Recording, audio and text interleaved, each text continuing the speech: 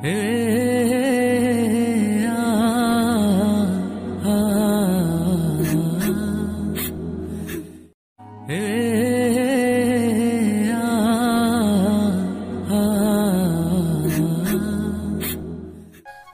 12টা বাজে। এমন সময় রাজশাহী স্টেশনে বসে আছি। চাকরি সূত্রে ঢাকা যাচ্ছি। দুদিনের ছুটি নিয়ে রাজশাহী এসেছিলাম। অনেক বড় একটা আশা নিয়ে নিজ গ্রামে এসেছি, কিন্তু খালি হাতে ফিরে যাচ্ছি। যেটা হারিয়ে ফেলেছি সেটা বলতে আমার খুবই লজ্জা হচ্ছে। অনেক বছর আগে আমার মা তার ছোট ভাইয়ের কাছ থেকে 20,000 টাকা নিয়েছিল। তার বিনিময়ে মামা আমাদের একটা জমি দখলে নেয়। অভাবের কারণে টাকাটা পরিশোধ করতে পারেনি, তাই আর জমি ছাড়ানো হলো না। একসময় মা চলে গেলে ওনার চিকিৎসা করাতে আমাদের বাড়িটা বিক্রি করা হয়। জমি বলতে মামা যতটুকু নিয়েছিল ততটুকুই আছে। মাঝখানে অনেকটা বছর পার হবার পর আসছিলাম 20,000 টাকা নিয়ে জমিটা ছাড়িয়ে নিয়ে নিজ গ্রামে থাকবো, কিন্তু মামা জমি দিতে নারাজ। আমিও আর জোর করিনি। আমার যেহেতু কোনো সাপোর্ট নেই, তাই মামার সাথে যুদ্ধ ঘোষণা করা বৃথা। এখন স্টেশনে বসে ভাবছি ঢাকায় গিয়ে আবার সেই একই কাজ করতে হবে। পিয়নের চাকরি, সেই চাকরির বেতনে কিছু খাওয়া খরচা চলে। একা মানুষ, তাই খরচ কম হয়, কিছু টাকা জমাতে পেরেছি। আর সেটা নিয়েই বুকে আশা বেঁধেছিলাম গ্রামে থাকবো। সেটা তো আর হলো না, তাই এক বস্তা হতাশা নিয়ে শহরে ফিরে এলাম। আর চাকরির কথা কি বলবো, এসএসসির সার্টিফিকেট আছে, আর এদিকে কিছুদিন ডিগ্রিও পড়েছিলাম, কিন্তু পারিবারিক অভাবের কারণে লেখাপড়ার দরজা সেখানেই বন্ধ। তবে পড়া এখনো চালু রয়েছে। সেটা হলো মানুষকে পড়া, মানুষকে বোঝা। এই পৃথিবীতে অনেক মানুষ আছে, তাদের চেনা বড়ই দুষ্কর। আমি কথাগুলো ভাবছি আমার সামনে থাকা কিছু মানুষের দিকে তাকিয়ে। তারা অনেকটা দূরে ছিল, তাই তাদের চেহারাগুলো আবসা দেখছিলাম। তখন খেয়াল করলাম কেউ আমার দিকে এগিয়ে আসছে। আবসা আবসা ভাবি দেখলাম একটা ইয়াং মেয়ে। মেয়েটা এসে আমার সামনে দাঁড়ালো। এবার আমার চোখের আবসা ভাবটা ছাড়লো, আর এক পলকেই মেয়েটাকে দেখে নিলাম। বাহ, মেয়েটা তো বেশ সুন্দরী। শুধু সুন্দরী বললে কম হবে, একটু বেশি সুন্দরী। তবে তার আধুনিক ড্রেসের সাথে তার সৌন্দর্যের কোনো মিল হচ্ছে না। আমি আবার ভাবনাতে চলে গেলাম। হঠাৎ মেয়েটি বলল, এই এই, কি সমস্যা আপনার? ভাবনা থেকে বেরিয়ে এসে স্বাভাবিকভাবেই বললাম, কোনো সমস্যা নেই তো আমার। আমার দিকে এভাবে তাকিয়েছিলেন যে, পছন্দ হয়েছে? এমন প্রশ্ন শুনে তো আমার গলা শুকিয়ে কাঠ হয়ে গেছে। একে তো মেয়ে, তার উপর এত সুন্দরী মেয়ে, আবার অদ্ভুত প্রশ্ন। আমি আমতা আমতা করেই বলে ফেললাম, না না না। পছন্দ হয়নি তো তাকিয়েছিলেন কেন? আমার ফেসটা হয়তো ওইদিকে ছিল, কিন্তু দৃষ্টি অন্যদিকে দিয়েছিলাম। ন্যাকা, মুখের উপরে বলে পছন্দ হয়নি। আপনার নাম কি? শুভ। আমি ইরা, আর আপনাকে চেনা চেনা লাগছে, তাই নামটা জিজ্ঞেস করলাম। ও, তারপরে ইরা নামের মেয়েটি আমাকে অবাক করে দেয়। আমি যে কোম্পানিতে পিয়ন হিসেবে চাকরি করি তার কথা বলল। আপনি কি মিতালি কোম্পানির পিয়ন? জি জি। ও, আমার বাবাও এই কোম্পানির মালিক, আর আপনি ওখানেই চাকরি করেন। বাবার অফিসে আমি প্রায়ই যাই। আপনি তো চা কফি এনে দেন। আমি আপনাকে চিনেছি, আপনি আমাকে চিনতে পারেননি কেন? আমি আপনার দিকে তাকাইনি, আর আমি মেয়েদের দিকে কম তাকাই ভাই। রিয়েল লাইফে আমি এরকম, বাট আর চোখে তাকাই। ভদ্র শয়তান তো, তাই। ওরে সাধু, শোনেন, আপনি তাকান তবে বেশি ভাবনায় থাকেন, তাই আমাকে কখনো খেয়াল করেননি। জি, এটাও হতে পারে। আমিও হিতাহিত জ্ঞান বুদ্ধি হারিয়ে ফেলেছি। তোকে আপনি করে বলছি কেন? তুই তো পিয়ন। আচ্ছা শোন, তুই তো সাধারণ বগিতে যাবি। জি ম্যাম। আমি কেবিনে যাব, তুই আমার ব্যাগ দুটো উঠাই দিবি, তারপর তুই তোর আসনে যাবি, ঠিক আছে? জি ম্যাম, ঠিক আছে। রাগ করিস না, কুলি পাচ্ছি না, আর তোকে পেয়েছি। আর কাকে লাগে? চেনা মানুষ তো। জি ম্যাম। এত জি ম্যাম করিস কেন? জি না, হ্যাঁ ম্যাম, ঠিক আছে, আমি ব্যাগ উঠাই দিব। ওকে ওকে। মালিকের মেয়ে, যথেষ্ট সম্মান দিতে হবে, আর যা বলবে সেটাই করতে হবে, না হলে চাকরি তখনই গায়েব। ট্রেনে ঢাকা থেকে আসলো। আধ ঘন্টা পর আবার ঢাকা থেকে রওনা হবে। অতঃপর ইরা ম্যামের ব্যাগ তার কেবিনে দিয়ে আসলাম। বকশিস স্বরূপ তিনি আমাকে 50 টাকা দিলেন। কোনো দ্বিধা না করে টাকাটা নিলাম, কারণ আমার আগে থেকে অভ্যাস আছে টাকা নিয়ে চলে যাচ্ছিলাম। ইরা ম্যাম আবার ডাকলো, এই শোন শোন। জি ম্যাম, বলুন। নামার সময় আবার তুই আসবি, ঠিক আছে? আচ্ছা। আবার ঘুমিয়ে যাস না কিন্তু। না ম্যাম, ঘুমাবো না। ওকে যা। আমি আমার বগিতে গিয়ে উঠলাম। টিকিট সমগ্র করতে আমার অনেক দেরি করে ফেলেছি, তাই পুরো রাস্তা আমাকে দাঁড়িয়ে দাঁড়িয়ে যেতে হবে। সামনে দেখলাম 2-1টা সিট ফাঁকা, কিন্তু পরের স্টেশনে এসব সিট আর ফাঁকা থাকবে না। তাই আমি সিদ্ধান্ত নিলাম যে পুরো রাস্তা দাঁড়িয়েই যাব। ট্রেন ছাড়লো, আমি দরজায় দাঁড়িয়ে আছি। ঠান্ডা হওয়ায় আমার শরীরে এসে লাগছে। আমি আবার ভাবনায় ডুব দিলাম। ভাবছি পুরনো দিনের কথা, মাঝে মাঝে নিজের ভবিষ্যতের কথা ভাবলাম। তাতে যা ফলাফল বের হলো তা হলো শূন্য। কারণ আমার ভিতরে খুব হতাশা কাজ করছিল। অর্ধেক পথ আসতেই স্টেশন ছাড়ে ট্রেনটা থেমে যায়। যান্ত্রিক কোনো সমস্যা হয়েছে হয়তো। 20 মিনিট পর খবর পেলাম ভোর হবার আগে ট্রেন এখান থেকে এক চুলও নড়বে না। এখন রাত 1টা বাজে। এক একজন এক এক কথা বলছে। কেউ বলছে লাইনের সমস্যা, কেউ বলছে ইঞ্জিন। হঠাৎ এই শুভ, পিছনে তাকিয়ে দেখি ম্যাম দাঁড়িয়ে আমাকে ডাকছেন। জি ম্যাম বলেন। তুই ওঠ। ম্যাম কিছু লাগবে? না, আমি একটু ট্রেন থেকে নামবো। ম্যাম বাইরে যাওয়া ঠিক হবে না। বাইরে যে অন্ধকারের মধ্যে কি কি লুকিয়ে আছে কে জানে। কিসের বিপদ? বাইরে সাপ বিচ্ছু অনেক কিছুই থাকতে পারে। কিছু নেই, চল নিচে নামবো। এই হলো আদরের ঘরের দোলালি। মন যা চায় তাই করবে। ম্যামকে নিয়ে নিচে নামলাম। দেখি অনেক নিচে দাঁড়িয়ে আছে। ম্যাম এবার আমার সাথে কথা বলা শুরু করে দিল। দেখ জায়গাটা কত সুন্দর, তাই না? অন্ধকারে তেমন কিছু তো দেখা যাচ্ছে না। চোখ না, মন দিয়ে দেখতে হয়। তবে ম্যাম আকাশটা দেখতে খুব সুন্দর লাগছে। অনুজ্জ্বল তারাগুলো দেখা যাচ্ছে। আমি তো অনুঞ্চল অনেক কিছুই দেখতে পাচ্ছি। কি ম্যাম? এই যে দেখ, একটা টি স্টল, চল যাই। এখন ওখানে গিয়ে কি হবে? চা খাবো, চল চল, বেশ মজা হবে। শীতের মধ্যে এত রাতে চা খাবার মজাই আলাদা। আমি তো আর মানা করতে পারবো না। মানা করলেই বকা দিবে। কেন যে ওর সাথে দেখা হয়ে গেল। দোকানে গিয়ে দেখি সেখানে আগে থেকে কিছু যাত্রী বসে আছে। দোকানটা আশেপাশে আর কোনো দোকান নেই। আমি চা হাতে নিয়ে দোকানিকে বললাম, চাচা এমন একটা জায়গায় দোকান দিয়েছেন কি মনে করে? বাবা, সে অনেক কাহিনী। বাজারে দালালি চলে। আমার লোকজন না থাকায় ওখানে দোকানটা নেওয়া হয়নি। রাগের মাথায় নিজের জায়গায় দোকানটা দিয়ে বসি। বাহ, ভালোই করেছেন। তা চলে কেমন? আলহামদুলিল্লাহ, ভালোই চলছে। আরো কিছুক্ষণ কথা হলো। বিলটা আমি দেই। তারপর ম্যাম আর আমি চলে আসি। ম্যামের সাথে আড্ডা দিতে খুব ইচ্ছে করছে, কিন্তু মালিক পক্ষের লোক আগ বাড়িয়ে কথা বলাটা বেয়াদবি হবে। কিছু বলছি না, চুপচাপ ম্যামের পিছনে পিছনে হাঁটছি। আমার চুপ থাকা দেখে ম্যাম আমাকে বলল, কিরে, কথা বলতে পারিস না? দোকানের সাথে তো বেশ জমিয়ে কথা বললি, এখন কি হলো? ম্যাম কি বলবো? সেটা কি আমাকে বলে দিতে হবে? দোকানে কি তোকে কিছু বলেছিল? না। তো কিছু বল, সারা রাত তো এভাবে চুপ থাকতে পারবো না। আপনি রাজশাহীতে কেন আসছিলেন? আর বলিস না, আমার একটা বান্ধবীর বিয়েতে এসেছিলাম। ওহ, তুই বিয়ে করেছিস? না ম্যাম। কেন? কাকে বিয়ে করব? কাকে করবি মানে? দেশে কি মেয়ের অভাব পড়েছে? আসলে সেটা না। তো কি? আমার পরিবার নেই, তাই আমার বিয়ে করা একটু সমস্যা। এখানে সমস্যার কি আছে? দেশের মধ্যে অনেক মেয়ে আছে যাদের পরিবার নেই, তাদের মধ্যে একজনকে বিয়ে করবি। ম্যাম ওরকম হলে আমি করব না। কেন? সেটা না হয় নাই বলি। ওই বল। আমার মাথায় একটা দুষ্টু বুদ্ধি ছিল, তাই আমি বললাম, ম্যাম আপনার মতো সুন্দরী হলে ভেবে দেখতে পারি। তোর ভাবা লাগবে না, আমার মতো কেউ তোর দিকে তাকাবেও না। সেটা আমার জন্যই ভালো। কেন? তাহলে আর বিয়ে করা লাগবে না। হয়েছে, থাম এবার, চল লাইনের ওই পাশটা থেকে ঘুরে আসি। ইরা ম্যাম যেদিকে যাচ্ছে আমিও তার পিছনে পিছনে যাচ্ছি। এখানে এসে দেখি একটা গ্রাম দেখা যাচ্ছে, আর লাইনের পাশ দিয়ে একটা রাস্তা সোজা গ্রামের দিকে চলে গেছে। চল রাস্তাটা দিয়ে গ্রামের দিকে যাই। না ম্যাম, এত রাতে যাওয়া ঠিক হবে না। আমি কি বলছি তোকে? সরি ম্যাম, চলুন যাই। এ হলো মেয়ে মানুষ, ভালো মন্দ কিছুই বোঝে না। এখন আমরা হাঁটছি গ্রামের ভিতরে। গ্রামের ভিতরটা পুরো নিস্তব্ধ।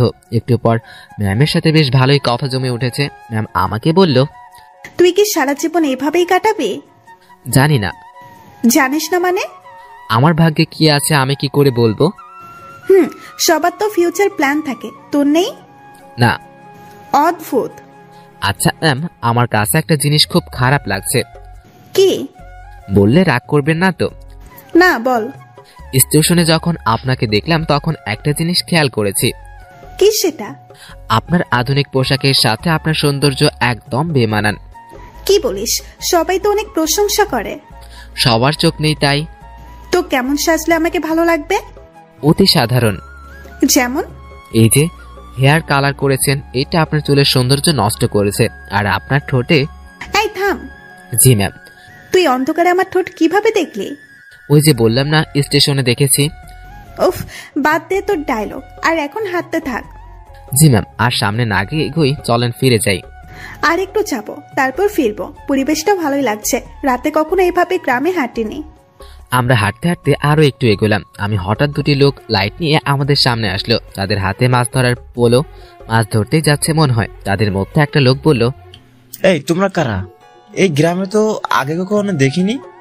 ভাই, আমাদের ট্রেনটা যান্ত্রিক ত্রুটির জন্য থেমে গেছে, তাই আমরা এখানে একটু হাঁটতে এসেছি। লোকটি আবার বলে উঠল, এই তোমরা থামো, সব বুঝে গেছি, চলো আমাদের সাথে। কোথায় যাব? কোনো কথা না, চলো আমাদের সাথে। অতঃপর লোক দুটো আমাদের একটা বাড়ির ভিতরে নিয়ে এলো। আর আমি মনে মনে আল্লাহ আল্লাহ করছি, কি যে হবে। গ্রামের মানুষ সবকিছুতেই খুব সিরিয়াস। রাত করে মেয়ে নিয়ে বাইরে দেখলেই উল্টো পাল্টা ভাববে। আমার বেলাও ঠিক তাই হলো। ইরা শুধু বারবার আমার দিকে তাকাচ্ছে। আমিও মনে মনে বলছি, দেখুন কেমন লাগে। একজন বাড়ির গিন্নিকে ডাকা শুরু করলো। বুঝলাম এটা তার নিজের বাড়ি। লোকটির বউ এসে আমাদের দিকে তাকিয়ে বলল, এরা কারা? ওরা বাড়ি থেকে পালিয়ে এসেছে, তুমি ওদের ঘরে নিয়ে যাও, আমি হুজুর ডাইকা নিয়ে আসছি। ভাই ভাই, হুজুরের ডেকে কি করবেন? বিয়ে করাই দেবো তোমাদের। ভাই ভাই শোনেন, উনি আমার কেউই না, আর আমি পালাইয়াও আসি নেই। উল্টা পাল্টা কথা বলো না। একটা মাইয়া এত রাতে তোমার সাথে ঘুরে, এর মানে আমরা কি কিছু বুঝি না? ভাই এমন করেন না। তুমি ওদের ঘরে নিয়ে যাও, আর আমি যাইতেছি হুজুরকে ডাকতে। আমাদের কাছে একজনকে রেখে লোকটি অন্ধকারে হাওয়া হয়ে গেল। আমি ইরার দিকে তাকিয়ে দেখি ও মুখটা কাঁচুমুচু করে রেখেছে, আর আমার দিকে তাকিয়ে আছে। দুজনে কথা বলতেও পারছি না। সময় যাচ্ছে আর লোকজন বাড়তে শুরু করেছে। আমাদের দুজনকে দু রুমে রাখা হয়েছে। কিছু সময় পর হুজুর আসলো। আমি তাকে বুঝালাম। স্বস্তির কথা হলো, হুজুর বুঝেছে। কঠিন একটা সমস্যা থেকে বাঁচলাম। হুজুরটা আমাদের লাইন অবধি এগিয়ে দিল। তারপর, ওয়াও, কি দারুণ অভিজ্ঞতা। ধুর, চুপ করেন তো, এখনই তো একটা হয়ে যেত। ইয়ে মানে কি যে? আরে বড় বাচ্চা বেঁচে গেছেন। তা তো জানি, তবে দারুণ লাগছে। আপনি থাকেন, যেখানে ইচ্ছা যান, আমাকে ডাকবেন না। আমি ট্রেনে উঠলাম। ওনার সাথে আর দেখা করলাম না। ফজরের আজান হলো। তার কিছুক্ষণ পরেই আমাদের ট্রেন যাত্রা শুরু করলো। আমি ঠিক আমাদের আগের জায়গায় দাঁড়িয়ে আছি। ইরা ম্যাম আবার আসলো। তুই ভালোই বদমাইশ তো। কি? আমি কি করেছি? তুই আমার উপর ছাড়ি দিস, আমাকে রাগ দেখাস। তো কি করব? আপনার মাথায় কি ব্রেন নামক জিনিসটা আছে? থাকলেও তো মনে হয় কাজ করে না। এরকম ছেলে মানুষও করেন কি কারণে? বড় হয়েছেন, বুঝেন না কিছু? আমি জানি এই কথাটা বলার পর আমার চাকরি থাকবে না। আপনার বাবাকে কিছু বলতে হবে না, আমি অফিসে যাব না। আমি তোকে চাকরি দেইনি, তাই আমি তোর চাকরি কেড়ে নিব কেন? এই যে আমাকে বকা দিলি, মনে রাখিস এর শাস্তি তুই পাবি। ইরা রাগ দেখে তার কেবিনে চলে গেল। ম্যাম যে থ্রেটটা দিল তাতে আমার একটু ভয় লাগেনি। উনার কথা মনে হলো কোনো বাচ্চা আমাকে থ্রেট দিল। উনার কষ্টটা সাধারণ, শুনলে মনে হয় বারবার শুনি। না, আমি আবার ভাবনাতে হারিয়ে যাচ্ছি কেন? যাই, গিয়ে ওনাকে সরি বলে আসি। আল্লাহ জানে পরে কি করে। আমি ওনার কেবিনের ভিতরে ঢুকবো, তখনই কারোর সাথে ধাক্কা লাগলো। তাকিয়ে দেখি ম্যাম, উনি হয়তো বাইরেই আসছিলেন। এটা কি হলো? সরি ম্যাম, বুঝতে পারিনি। তুই আমার কেবিনে কি জন্য? সরি বলতে আসছি। সরি বলে তো কাজ হবে না, তোকে তো আমি মাফ করব না। কিছুক্ষণ তর্ক হলো। আমি তাকে বললাম, আমার উপর কেউ রাগ করে থাকুক সেটা আমি চাই না। আপনার মন যা চায় আপনি তাই করেন। কথাটা বলতেই ম্যাম আমাকে অবাক করে দিয়ে আমার গালে দুইটা চর বসিয়ে দিল। এখন বুঝতে পারলাম তখন ম্যাম বেশ রেগে গিয়েছিল। আমার উপর চরটা না খেলে হয়তো বুঝতে পারতাম না। চর মারার উপর ম্যাম বলল, তুই আমার বেস্ট ফ্রেন্ড হবি? থাপ্পড় খাবার পর এমন অফার পাবো ভাবতেই পারিনি। আমি মনে মনে ভাবছি, আমি কেন তার সাথে বন্ধুত্ব করতে যাব? তার চালচলন আর আমার চালচলন রাত দিন তফাৎ, কিন্তু আমি তার মুখের উপর না করতে পারবো না। যদি আর কয়েকটা থাপ্পড় বসিয়ে দেয়। ভয়ে ভলে বললাম, হব। গুড, তুই এখন যা, তোর নাম্বারটা দিয়ে যা, আমি যে কোনো সময় কল করে ডেকে নিব। ম্যামকে মোবাইলের নাম্বার দিয়ে আমি আমার জায়গাতে চলে আসলাম। সকাল 8টায় আমাদের গন্তব্য স্থানে পৌঁছে গেলাম। ইরা ম্যামের কথা অনুযায়ী তার ব্যাগগুলো নামিয়ে দিলাম। এখন উনি আর আমি স্টেশনের বাইরের রাস্তায় দাঁড়িয়ে আছি। বাসা থেকে ওনার জন্য গাড়ি পাঠানো হয়েছে। গাড়ি জ্যামে পড়েছে, তাই অনেক লেট হচ্ছে। আমার পেটের অবস্থা খুব খারাপ, রাতে কিছু খাওয়া হয়নি। ম্যামের সামনে কিছু বলার সাহসও পাচ্ছি না। কিছুক্ষণ পর উনি আমাকে বললেন, তোর কি ক্ষুধা লাগছে? জি অনেক। তো খেতে আয়। আচ্ছা আপনি দাঁড়ান, আমি যাবো আর আসবো। তারপর আমি একটা দোকানে গিয়ে চা বিস্কুটের সাথে কয়েকটা কলা খেয়ে নিলাম। দোকানিকে টাকা দিতে যাব তখনই মনে পড়লো ম্যামই তো কিছু খায়নি, তাই আমি ওনার জন্য কিছু খাবার নিলাম।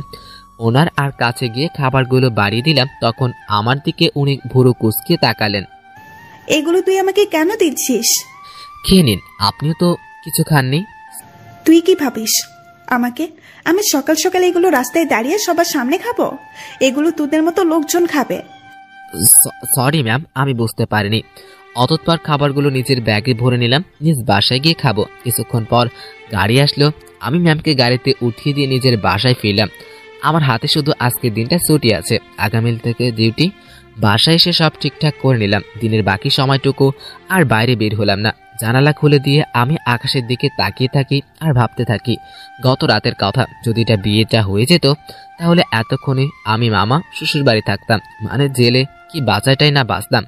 সন্ধ্যার একটু আগেই ইরার কল পেলাম। উনি আমাকে তাদের অফিসের সামনে যেতে বলেছে। গত রাতে ফ্রেন্ড হয়েছি, তাই কথা রাখতে অবশ্যই যেতে হবে। বাইরে যাচ্ছি ম্যামের সাথে দেখা করতে, তাই একটু সাজতে হবে। তাই ব্যাগ থেকে নতুন একটা ফুলহাতা গেঞ্জি বের করলাম, একটু স্মার্ট সাজার জন্য। সুন্দরীদের সামনে তো আর এমনি এমনি যাওয়া যায় না। তারপর চটপট রেডি হয়ে অফিসের সামনে গেলাম। দেখি ম্যাম তার গাড়ির সাথে হেলান দিয়ে দাঁড়িয়ে আছে। আমি ওনার সামনে গিয়ে সালাম দিলাম। তিনি উত্তর দিয়ে বললেন, গাড়ির পিছনে বস, যা। কোথায় যাবেন? আমার বন্ধুদের সাথে তোর পরিচয় করিয়ে দেব, সেখানেই যাচ্ছি। আমি আর কথা বললাম না। আধ ঘন্টা পর ম্যাম তার গাড়ি একটা রেস্টুরেন্টের সামনে থামালেন। তারপর আমাকে নিয়ে রেস্টুরেন্টে ঢুকলেন। আমিও তার পিছু পিছু গেলাম। সামনে গিয়ে উনি কিছু ছেলে মেয়ের সাথে কথা বলতে লাগলো। আমি বুঝলাম এরাই ম্যামের ফ্রেন্ডস। ম্যাম আমার দিকে তাকিয়ে বললেন, বন্ধুরা তোমাদের জন্য একটা গিফট এনেছি। ম্যামের ফ্রেন্ডসরা মধ্যে একটা মেয়ে বলে উঠল, কি রে দোস্ত, কে এটা? আর বলিস না, এই প্রাণীকে রাজশাহীতে পেয়েছি। এর সাথে কিছুক্ষণ কথা বলেছি, তারপর ফ্রেন্ড হবার প্রস্তাব দিয়েছি। কিন্তু দুঃখের বিষয় হলো এই পাগল আমার কথা বিশ্বাস করে হ্যাঁ বলে দিয়েছে। তোরা বলতো এর মতো খ্যাত কি আমার ফ্রেন্ড? তখন ম্যামের বান্ধবীটি বলল, অসম্ভব। দেখ ভাই, আমার ফ্রেন্ডদের সাথে পরিচয় করিয়ে দিতেই তোকে এখানে নিয়ে এসেছি। ইরা একে একে তার বন্ধুদের সাথে আমাকে পরিচয় করিয়ে দিতে লাগলো। আমার পোশাক আশাক নিয়ে তারা উপহাস করতে শুরু করলো। একটা ছেলে এগিয়ে এসে বলল, ভাই এটা গেঞ্জি না দেনা, কোথা থেকে কিনছো নাকি কুড়িয়ে পেয়েছো? না ভাই, সত্যি কিনেছি। তখন একটা মেয়ে বলল, ও মা, তাই? দেখো, ছেলেটা মাথায় তেল দিয়ে আসছে। সবাই হেসে উঠল। সত্যি কথা বলতে আমি তেল দেইনি, ওরা পচানি দেওয়ার জন্য এমন করছে। ভাবছি এখানে আর থাকা ঠিক হবে না। ম্যামকে বলল, ম্যাম আমি এখন যাই? ওরে বাবুটা, এখনই না, কিছু খেয়ে যাও। হ্যাঁ, কিছু খেয়ে যা। একটা ছেলে আমার পকেটে হাত ঢুকিয়ে দেয়। আমার দুর্ভাগ্য যে সেই 20,000 টাকা আমি আমার সাথে করে নিয়ে এসেছি। ছেলেটা আমার পকেটে এতগুলো টাকা দেখে বেশ অবাকই হয় আর বলে, এত টাকা কোথায় পেয়েছিস? যাই হোক, এখন আমাদের কিছু খাওয়া। আমি আর কি মানা করব, মান সম্মান রক্ষার্থে হ্যাঁ বললাম। তাতেই ওরা সুযোগ পেয়ে গেল আর নানা রকম দামি খাবার অর্ডার করলো। ওরা সবাই খাচ্ছে আর আমি দাঁড়িয়ে আছি। একজন খেতে বলেছিল কিন্তু আমি মানা করেছি। খাওয়া শেষে বিল তো 20,000-এর উপরে এলো। আমার মাথায় ঢুকলো না 7-8 জন মিলে 20,000 টাকা কিভাবে খায়, যেটা জোগাড় করতে আমার বছর খানিক সময় লেগেছিল। কম খাবারে এত বিল আর আমার পকেটের টাকা গায়েব। আমি বললাম, ম্যাম আমি যাই?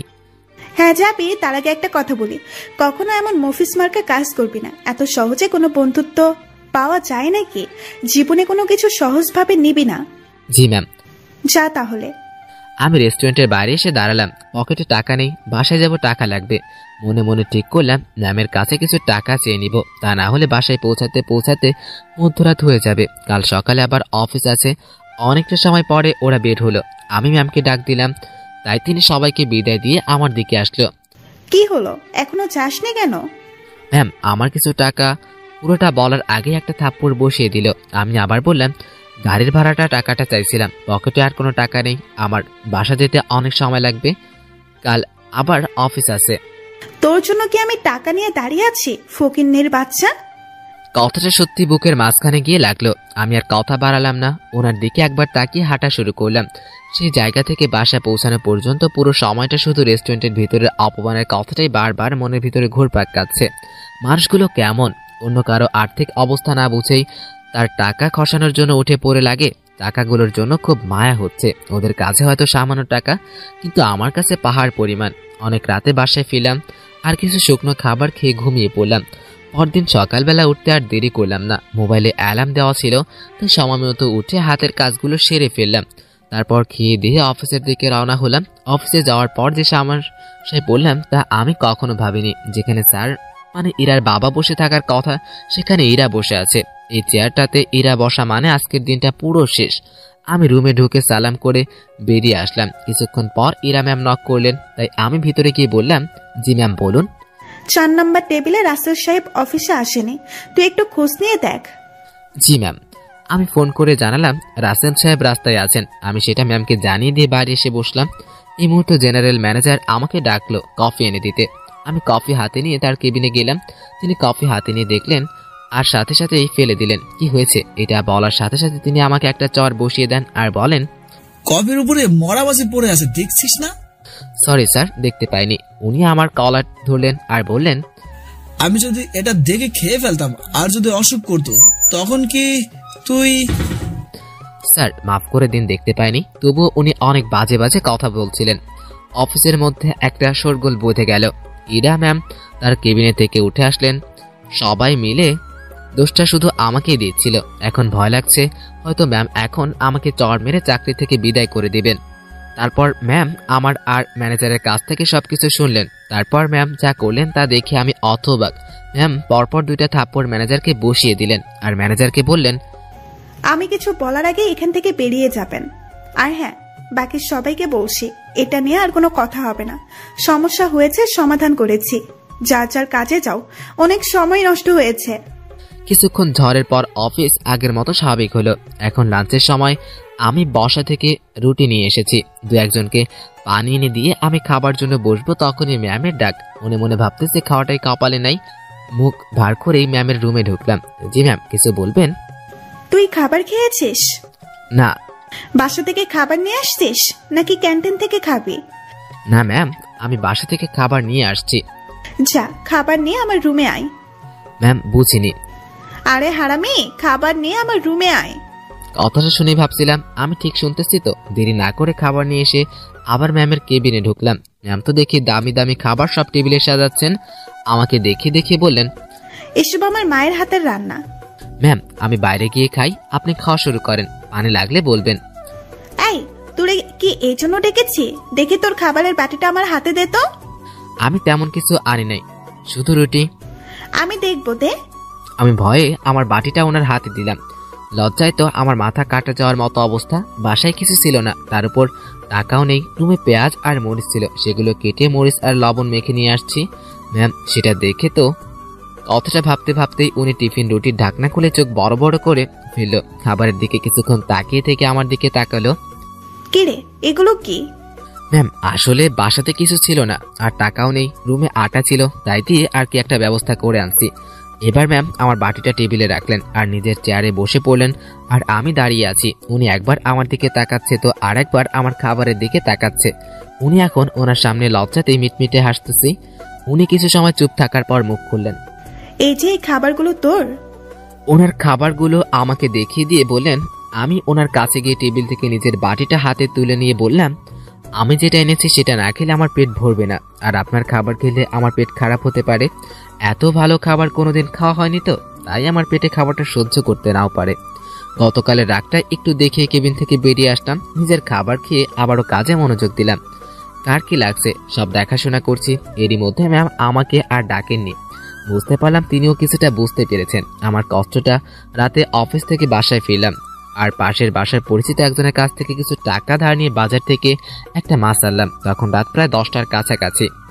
তখন ম্যামের নাম্বার থেকে ফোন আসলো। ধরবো কি ধরবো না তা ভাবতে ভাবতেই ফোনটা রিসিভ করে সালাম দিলাম। উনি উত্তর দিয়ে বললেন, কি করিস? কিছু না। এই শোন, দুপুরে আমার মুখের উপরে কথা বলে আমাকে লজ্জা দিয়ে চলে গেলি, তোর ভয় করলো না? আমি চুপ হয়ে গেলাম। উত্তরে কি বলবো কিছুই বুঝতে পারছি না। কিরে, কথা বলছিস না কেন? ম্যাম অফিসের কোনো কথা হলে বলেন। তুই আমার কথা ঘুরাচ্ছিস কেন? যা বলছি তার উত্তর দে। ওভাবে খাবার নিয়ে চলে গেলি কেন? আপনার খাবার খেয়ে আমার ক্ষুধা মিটতো না। তাই না? জি। বুঝতে পারছি, তুই আমার উপর রাগ দেখাচ্ছিস, সুযোগ ভালোই কাজে লাগাচ্ছিস। এখানে কিসের সুযোগ ম্যাম? আপনি আমাকে এখন মানা করে দিলে আমার সাথে তো আপনার কোনো অফিসিয়াল সম্পর্ক থাকবে না। ক্ষমতা আপনার হাতে, সুযোগও তো আপনার হাতে। আমি রান্না করছি, বাই ম্যাম। চুপ। রান্না শেষ করে খেয়ে আমাকে কল দিবি। ম্যাম অফিসের বিষয়ে কি কোনো কথা বলবেন? না। তাহলে আপনিও কল করবেন না আর আমিও কল করব না। তো 24 ঘন্টাই ডিউটি, আমি ফোন দেওয়ার পরের সময়টুকু অফিসিয়াল, ওকে? তাহলে বেতন বাড়িয়ে দিন। ঠিক আছে, আর তুই অবশ্যই ফোন করবি। আর হ্যাঁ, কাল অফিসে আসার সময় খাবার নিয়ে আসবি না। কেন ম্যাম? তোর জন্য আমি খাবার নিয়ে যাব। ম্যাম, ওসব খাবার দাবার বাদ দিন, আমি আমার খাবার নিয়ে সন্তুষ্ট। তুই যদি কালকে তোর রান্না করা খাবার নিয়ে আসিস তাহলে আমি তোকে শুধু অফিস থেকেই না, দুনিয়া থেকেই বিদায় করে দিব। আমি কিছু বলতে যাব তখনই ম্যাম ফোনটা কেটে দিল। মনে মনে ভাবছি এত আদিক্ষিত দেখানোর কি আছে, আমি তার অফিসের সামান্য একজন পিয়ন, আর এমন ব্যবহার করছে। মনে হচ্ছে ছি না, এসব আমি কি ভাবছি। পরদিন সকালবেলা উঠে আর রান্না করলাম না, সকালের নাস্তাটা বাইরে করেই আমি অফিসের দিকে রওনা দিলাম। অফিসে গিয়ে দেখি ম্যাম আগেই এসেছেন। প্রতিদিনের মতোই হাজিরা দিলাম, তিনি আমাকে তেমন কিছু বললেন না। দুপুর পর্যন্ত অস্বাভাবিকভাবে কাজ করলাম। দুপুরে খাবার সময় ম্যাম তার কেবিনে ডাকে। আমি জানি উনি আমার জন্য খাবার নিয়ে আসছে। আমি ভীষণ লজ্জা লাগছিল। কেবিনের একপাশে সুন্দর একটা খাবার খাওয়ার ব্যবস্থা ছিল। ম্যাম আমাকে বসতে বলেন, আর আমার সামনের চেয়ারে তিনিও বসে পড়েন। উনি একটা প্লেটে খাবার নিয়ে আমাকে দিল, আর অন্য একটা প্লেটে উনি খাবার নেন। খুব ভয় করছিল, এত বড় মানুষের সাথে খাবার খাওয়ার চারটিখানে কথা নয়, তার উপর এত সুন্দরী একটা মেয়ে। ম্যাম আমার দিকে খেয়াল করে বললেন, তুই হাত দিয়ে খাবি না খাওয়াই দিব? জি না ম্যাম, একটা কথা। কি? খাবার বাইরে নিয়ে গিয়ে খাই। এখানে খেতে তোর সমস্যা কোথায়? ম্যাম সত্যি বলতে ভয় করতেছে। কি ভয়? আরে ভয় কেন পাচ্ছিস? আপনার সামনে এইভাবে খাওয়া। তো কি হয়েছে, খা। ম্যাম বাইরে যাই। শুভ, আমি এক কথা 100 বার বলতে পারবো না। আমি আর কথা বাড়ালাম না, ভয়ে ভয়ে খাওয়া শেষ করলাম। ম্যাম ছোট বাচ্চাদের মতো খাচ্ছিল। ম্যামের খাবার দৃশ্যটা দেখতে গিয়ে তার চোখে চোখ পড়ে গেল। আমার বুকটা তখন ভয়ে ধুক করে উঠল। তখন তিনি ইশারায় বললেন, কি হয়েছে? আমি মাথা নাড়িয়ে কিছু হয়নি বললাম। অতঃপর খাবার শেষ। তুই বাসায় যা, তো ছুটি। কিন্তু কেন? আমি দিয়েছি তাই। বাসায় তো আমার কোনো কাজ নেই। এত কথা বলতে তোকে কে বলেছে? যা সোজা বাসায় যা। আমার ছুটিতে বাকি সবাই একটু অবাক হলো। আমি জানি না ম্যাম আমার কাজগুলো কাকে দিয়ে করিয়ে নেবেন। আমি বাসায় এসে বিছানায় আরাম করছি, মাথার উপর ফ্যানের দিকে তাকিয়ে অন্য একটা ভাবনায় আছি। এসব ভাবতে ভাবতে ঘুমিয়ে পড়ি। জানি না কতটা সময় ঘুমিয়েছি। হঠাৎই ফোনের শব্দে আমার ঘুম ভেঙে যায়। ফোনে হাতে নিয়ে দেখি ম্যাম ফোন করেছে। ফোন রিসিভ করতেই ম্যাম বললেন, কই তুই? কই আবার, আপনি ছুটি দিয়েছেন তাই বাসায় আসছি। তুই কি ঘুমাচ্ছিস? হুম। আমি কি তোকে ঘুমের জন্য ছুটি দিয়েছি? তাহলে? বাসায় যেতে বলছি শুধু। জি ম্যাম, আমি তো বাসায় আসছি। আর বাসায় কেন, কাজ নেই তাই আর কি একটু।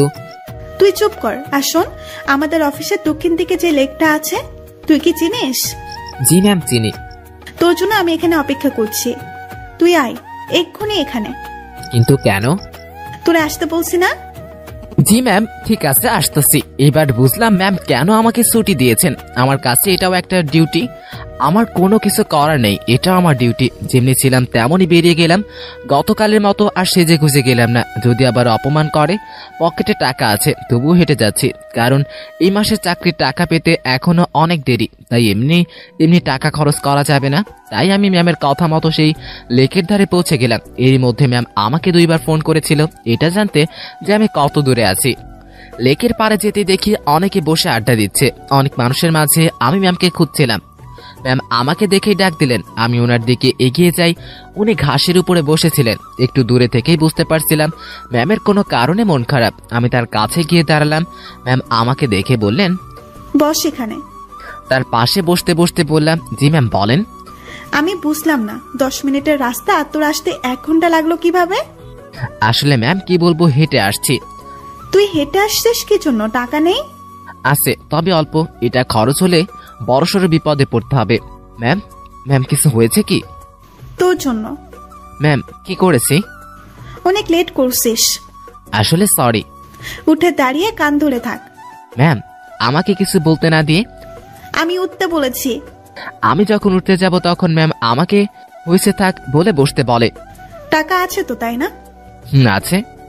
চল আইসক্রিম খাবো। আমার টাকা দিয়ে? তো কখনো কোনো মেয়েকে বিল দিতে দেখেছিস তুই? না। তো আমার কাছে টাকা চাইবি না? চল আইসক্রিম খাবো। ম্যাম শুনেন, মনটা একটু নরম করে। টাকাগুলো শেষ হলে অনেক বড় বিপদে পড়বো। সেটা তো আমি জানি না। তুই আমার বেস্ট ফ্রেন্ড। বেস্ট ফ্রেন্ডের জন্য মানুষ জান দেয়। আর আমি তো শুধু তোর কাছে টাকা চাইছি, জানতো আর না। আমি অসের মতো দাঁড়িয়ে আছি। এখন আমার পকেটের 12টা বাজবে। তারপর ম্যাম আর আমি আইসক্রিম খেলাম। আমাদের মধ্যে কোনো কথা হচ্ছিল না, আমরা দুজন হাঁটছিলাম। আর মাঝে মাঝে দরকার হলে ম্যাম নিজে থেকেই কথা বলছিলেন। লেকের পাড় থেকে বের হয়ে রাস্তায় আসলাম, তখন তার গাড়ি নিয়ে আসছেন। দেখে মনে হচ্ছে চলে যাবে, তা আমি বললাম, ম্যাম তাহলে আপনি যান, আমি গেলাম। আই আই, কই যাস তুই? বাসায়। না, গাড়িতে ওঠ, লং ড্রাইভে যাব। না ম্যাম, আপনি যান, আমি বাসায় যাই। ব্রেকআপ, যা বাসায় গিয়ে মর। ম্যাম রাগ দেখে গাড়িতে হেলান দিয়ে দাঁড়ালেন। এরকম অবস্থায় তো আর রেখে যাওয়া যায় না, তাই আমি তার দিকে একটু এগিয়ে গেলাম। আর উনি যে একটা শব্দ বলেছেন সেটার মানে জানার জন্য তাকে প্রশ্ন করব। যদিও আমি জানি, তবু প্রশ্ন করব, যাতে ওনার রাগটা ভেঙে যায় আর আমার প্রশ্নের উত্তর দিতে মনোযোগী হয়। ম্যাম, ব্রেকআপ কি? তুই জানিস না? ন্যাকামো করিস? সত্যি জানি না। তোর আর আমার যে বন্ধুত্ব আছে, সেই বন্ধুত্ব শেষ করার নামে ব্রেকআপ। ওহ ম্যাম, আমাদের মধ্যে তো এমন কিছু নেই। শুভ, আমি তোকে বলছি না তুই আমার বেস্ট ফ্রেন্ড? আপনি তো বলেছিলেন যে এটা মিথ্যে ছিল। গাড়িতে ওঠ, সব বলছি। আমি কথা বাড়লাম না। যখন গাড়ির পিছনের দরজা খুলতে যাব, ওই হাতারাম, কি করিস? বসবো না। সামনে আয়, পেছনে না। গাড়িতে উঠলাম। ম্যাম ড্রাইভ করছেন আর আমি তার পাশে বসে আছি। সন্ধ্যা হয়ে আসতেছে। ম্যাম এবার আমার সাথে বেশ ফ্রিভাবে কথা বলা শুরু করলেন। আমরা কি কুমিল্লা যাচ্ছি? এত দূরে কেন? আরে লং ড্রাইভ তো, আর রাগ ভাঙাতে সময় লাগবে। কিসের রাগ? তুই আমার উপর রেগে আছিস, আমি জানি। আপনার উপর কি জন্য রাগ করব? ওই যে সেদিনের রেস্টুরেন্টের সেই ঘটনার জন্য। হ্যাঁ ম্যাম, কি যে বলেন। এই দিন আপনার মজা করেছেন, আমিও মজা পেয়েছি। ওরে শুভ, আমাকে কি বাচ্চা মনে হয় আপনার? এত বড় একটা প্রতিষ্ঠান চালাচ্ছি, আমার মাথায় কি এতটুকু বুদ্ধি নেই যে কোনটা সত্যি আর কোনটা মিথ্যা আমি বুঝবো না? না, বুদ্ধি তো আপনার অনেক আছে। হয়েছে, শোন আমি কি বলি। রাতে কি খাবি বল? সন্ধ্যায় তো অনেক কিছু খেলাম, রাতে আর কি খাবো? না, তবুও কিছু খাবার নেই, আর 2টা পিৎজা। আপনার ইচ্ছা। ম্যাম আমার না ভয় করছে। কেন? আপনার বাবা যদি জানে অফিসের পিয়নকে নিয়ে ঘুরতে বের হয়েছেন তো? কিভাবে জানবে? আমি তো আর বলবো না।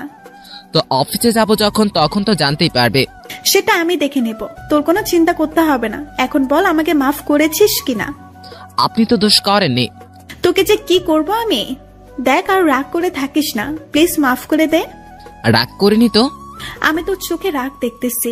আচ্ছা, আমার উপর তোর রাগ নেই সত্যি তো? হ্যাঁ সত্যি। সত্যি নাকি মিথ্যা তা আমি একটু পর বুঝবো। আমি যেটা করতে বলবো সেটা যদি না করিস, তাহলে বুঝবো তুই আমার উপরে রেগে আছিস। কি যে বলেন, আমি তো আপনার সব কথাই শুনি। মাঝপথে আবার আমরা কিছু খাবার খেলাম, দুজনে বেশ কথা বলতে বলতে যাচ্ছি। ইরা ম্যাম গাড়িটা এখন বেশ ধীর গতিতেই চালাচ্ছেন। আজ বেশ কুয়াশাও পড়েছে। এই চল বাইরে গিয়ে কুয়াশার বৃষ্টিতে ভিজি। এই না, এটা করবেন না, বাইরে গেলে বিপদ। আবার সেদিনের মতো কিছু হলে অবস্থা খারাপ হয়ে যাবে। যাব না তো, তোর কেয়ারিংটা আমার খুব ভালো লাগে, সেটা পাওয়ার জন্যই কথাটা বললাম। তুই কাউকে ভালোবাসিস না? কোন ভালোবাসা? মানে পছন্দের মানুষ বা বিয়ে টিয়ে করার ইচ্ছে এমন? এর আগেও তো বলেছি ওরকম কেউ নেই। কাউকে দেখে পছন্দ হয় না? না, প্রায় সবার মধ্যেই ভেজাল আছে। ভেজাল মানে? মানে আবার কি, এখন তো প্রেমের বাজার চলে, বাজারটা বেশ গরম। এক একটা 10-12টা প্রেম করে, তার উপর ওয়েটিং এর আগে। তুই জানিস কিভাবে? চোখ খোলা রাখলে সবই টের পাওয়া যায়। হ্যাঁ, আপনার পছন্দের কেউ নেই? না রে, এসব পছন্দ টছন্দ আমার হয় না। আমাকে যে বুঝতে পারে তাকেই আমার পছন্দ। ও, তা আপনার বাবা আপনাকে বিয়ে দিবে না? কিসব প্রশ্ন যে করিস, বিয়ে দিবে না কেন? অবশ্যই দিবে। তাদের পছন্দে বিয়ে করবেন? হ্যাঁ, এটাই তো স্বাভাবিক। হঠাৎ করে এই মাঝে রাস্তায় জ্যাম পড়ে যায় আর কুয়াশা বেশি হয়, সব গাড়ি চলাচল বন্ধ করে দেওয়া হয়। ম্যাম গাড়ির হেডলাইট বন্ধ করলো আর কোথা থেকে যেন একটা চাদর বের করলেন। তাই আমি জিজ্ঞেস করলাম, আপনি কি এখন ঘুমাবেন? না, খুব শীত করতেছে প্রচুর, তাই শরীরের উপরে দিয়ে রাখি। আমি বাইরে তাকালাম। বাইরে কুয়াশা পড়েছে, কিছু দেখা যাচ্ছে না, তবুও তাকিয়ে আছি। তার দিকে তাকালেই আর চোখ ফেরানো যায় না, তাই তাকানোটাই বিপদ। এরই মধ্যে ম্যাম বলে উঠলেন, কি রে, তুই কি এমন চুপচাপ থাকবি? কি বলবো ম্যাম, আসলে খুব শীত করতেছে। আগে বলবি না? আই, চাদরের মধ্যে। আমি মনে মনে ভাবছি আর এক বিপদ। কি হলো? আই। না ম্যাম ঠিক আছে, শীত কমে গেছে। ভয় পাচ্ছিস তাই না? ভয় নেই, আয় কাছে আয়। আরে খুব কাছে না, চাদরটা খুব বড়, তুই একটু কাছে আসলেই হয়ে যাবে। আমি একটু কাছে গেলাম, ম্যাম চাদরে মুড়ি দিল। আমি সেটা নিয়ে আমার শরীর ঢেকে নিলাম। এবার আমি কাঁপতেছি, শীতে না ভয়ে। আমার কাঁপুনি দেখে ম্যাম বললেন, ওরে আল্লাহ, তোর এত শীত করতেছে? কথাটা বলে ম্যাম আমার খুব কাছে চলে আসলেন। তবে ম্যামের শরীরের সাথে আমার শরীরের স্পর্শ কোনো হয়নি। অনেক চেষ্টা করে নিজের কাঁপুনি থামালাম। ম্যামের চোখে ঘুম ঘুম ভাব এসে গেছে, তাই আমি বললাম, ম্যাম আপনি তো ঘুমাচ্ছেন। কই না তো। আপনার কি খুব ঘুম পাচ্ছে? অনেক। এখন ম্যাম ধীরে ধীরে খুব সুন্দরী হয়ে উঠেছে। শুনেছি সুন্দরী মেয়ে ঘুমালে আরো বেশি সুন্দরী হয়ে ওঠে। আজ সেটা নিজের চোখে দেখলাম। আমি যদি ওনার বর হতাম তাহলে এখন ওনার কাছে গিয়ে ওনাকে নিজের বুকের মধ্যে রাখতাম। পরক্ষণে মনে পড়লো কি সব ভাবছি আমি। ছি ছি, কি সব আসছে আমার মাথায়। ম্যাম ঘুমে আর ঠিক থাকতে পারলো না, আমার খুব কাছে আসে আর আমার কাঁধের মধ্যে মাথা রাখার চেষ্টা করছে। এবার সব ভুলে যাই আমি, আর আমি নিজে থেকেই তার দিকে এগিয়ে যাই। এবার উনি তার মাথা আমার কাঁধের উপরে রাখে। এখন আমার বুকের মধ্যে হাতুড়ি পেটা হচ্ছে। ওনার নিঃশ্বাস আমার শরীরে লাগার পর পরই আমার কেমন জানি একটা অনুভূতি হচ্ছে। না পারছিলাম কিছু বুঝতে, না পারছিলাম কিছু ভাবতে। কিছুক্ষণ ঘুমানোর পর ম্যাম জাগা পায়। আমি জেগেই আছি। একটুর জন্য চোখ বন্ধ করে নিই। ম্যাম দেখলো যে আমার কাঁধে তার মাথা দেওয়া আছে, তাই তিনি দ্রুত মাথা উঠিয়ে বললেন যে, সরি, আমি ঘুমের মধ্যে। না ম্যাম, আসলে আমি আপনার কাছে গিয়েছিলাম কারণ আপনি বারবার ঝাঁকুনি দিয়ে পড়ে যাচ্ছিলেন। তাই ম্যাম লজ্জা পেয়েছে, লজ্জা মাখা মুখ নিয়ে বললেন, রাত অনেক হয়েছে, তাই চা এনেছি, সব খেয়েই নে, চল। জি ম্যাম, আপনার ইচ্ছা। তুই সব আমার উপরে নির্ভর করিস কেন? নিচে থেকে কিছু বলতে পারিস না? ঠিক আছে চলেন খাই। অতঃপর আমরা খাওয়া শুরু করলাম। হঠাৎ পুলিশ এসে নক করলো। ইরা ম্যাম গাড়ি থেকে নেমে পুলিশের সাথে কথা বলছিল। আপনারা কোথায় যাচ্ছেন? কুমিল্লা দৌদ্যগ্রাম। তারপর পুলিশটি আমাকে দেখিয়ে দিয়ে ইরা ম্যামকে বললেন, উনি আপনার কে হন? বর। উনি দূরে দাঁড়িয়ে আছেন কেন? ভয় পাচ্ছে নাকি? আমি মনে মনে বললাম, ভয় পাবো না। পুলিশকে কি মিথ্যাটাই না বললো ম্যাম। তারপর ইরা ম্যাম আমাকে বলল, এই তুমি এখানে আসো। আপনারা যে স্বামী স্ত্রী তা আমি কিভাবে বুঝবো? এটারও প্রমাণ লাগবে? হ্যাঁ। আমার চাচু আবু সাইদ, তিনি পুলিশ কমিশনার। আবু সাইদ, উনি তো ঢাকায় থাকতেন তাই না? হ্যাঁ। আপনারা কি ঢাকা থেকে আসছেন? হ্যাঁ, ঢাকা থেকেই তো আসছি। সাইদকে আমি চিনি, ও আমার বন্ধু। দাঁড়ান, আমি ওকে ফোন করছি। তুমি আগে বলবে না সাইদ তোমার চাচু? সরি মামুনি। ইরা তো পড়লো মহাবিপদে। যদি ওর চাচাকে বলে দেয় যে ও বরকে নিয়ে ঘুরতে যাচ্ছে, তাহলে তো ইরা শেষ। এদিকে ইরার চাচা ফোন রিসিভ করেছে। দুই বন্ধু একে অপরের সাথে ভাব বিনিময় করে পুলিশটা ইরার চাচাকে ইরার কথা বলল। ইরা এসব কথা শুনে ইরার চাচা বড়সড় একটা ধাক্কা খেলেন। অতঃপর পুলিশ আমাদের দিয়ে জানিয়ে চলে গেল আর আমরা গাড়িতে গিয়ে বসলাম। ইরা তো ভয়ে শেষ। একটু পর ইরার ফোনে তার চাচা কল করলো। ইরা ভয়ে ভয়ে ফোন রিসিভ করলো। তারপর ইরার চাচা ইরাকে বললেন, তুমি কোথায় আছো, কার সাথে আছো, কিভাবে আছো সেটা আমি জানতে চাচ্ছি না। তুমি যার সাথে আছো তাকেই কাল আমাদের বাসায় নিয়ে আসো, ঠিক আছে? ঠিক আছে চাচু। ইরার চাচা ফোন রেখে দেয় আর ইরা আমাকে বলতে শুরু করলো, এখন কি হবে? আপনারই তো দোষ, আপনি মিথ্যা বলতে গেলেন কেন? সত্যি বললে যদি সমস্যা করতো পুলিশ, তাই। আর আমি আগে থেকেই ভেবে রেখেছি পথের সমস্যা হলে এগুলোই বলবো। তবে এই হারামি পুলিশটা যে চাচুর বন্ধু হবে কে জানতো। আচ্ছা টেনশন করবেন না, বাসায় গিয়ে সত্য কথাটা বলে দিবেন, তাহলেই তো হবে। ভয়টা আমাকে নিয়ে না, তোকে নিয়ে। কেন? জানি না কি হবে। ওরা তোকে কি বলবে, আমি কিভাবে সামলাবো বুঝতে পারছি না। ইরা ভেঙে পড়লো। এই মুহূর্তে আমি বা ইরাকে কি বলবো বুঝতে পারছি না। ভাবছি এর সাথে থাকলে সমস্যায় পড়তে হয়। ম্যাম বেশ টেনশনে পড়ে গেছে। একবার আমার দিকে তাকাচ্ছে, আর একবার বাইরে। তাকে এই অবস্থা দেখে খুব মায়া হচ্ছে। তাই তার টেনশন কমানোর জন্য আমি তাকে ডেকে বললাম, ম্যাম এতটা টেনশন করে লাভ কি? যা হবার হবে। ওনাদের সব সত্যিটা বললে হয়তো ওনারা বুঝতে পারবে। সত্যটাই বা কিভাবে বলবো? আমার তো তাদের সামনে কথা বলতে ভয়ে হাত পা কাঁপে। আচ্ছা ম্যাম, ওনাদের সাথে আমি কথা বলবো। আরে তোর সাথে তারা কথাই বলবে না। সেটা দেখা যাবে, আগে তো বাসায় যাই। রাতটা কাটলো জেগে জেগেই। রাতের শেষে যানজট কেটে গেল। আমরা ঢাকা ফিরলাম আর সোজা ম্যামের বাসার সামনে হাজির হলাম। ম্যাম আমাকে বাইরে রেখে ভিতরে গেলেন। ভিতরে যে কি হচ্ছিল তা আমার অজানা। কিছু সময় পর ম্যামের সাথে তার পুরো পরিবার বাইরে আসলো। আমি তো তাদের দেখেই ভয় শেষ।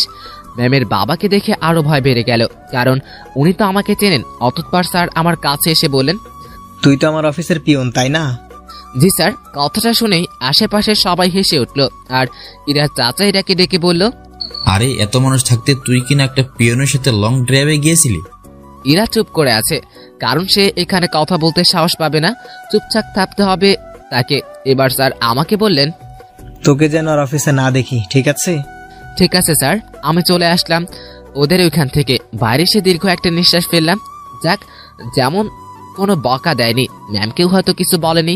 নিজের বাসায় আসলাম। 2 দিন পর খাওয়া দাওয়া বন্ধ হয়ে যাবে, কারণ পকেটে টাকা প্রায় শেষ। শুয়ে শুয়ে ভাবছি এখানে থাকতে না পারলে চলে যাব। দিনটা কোনো রকমে পার করলাম।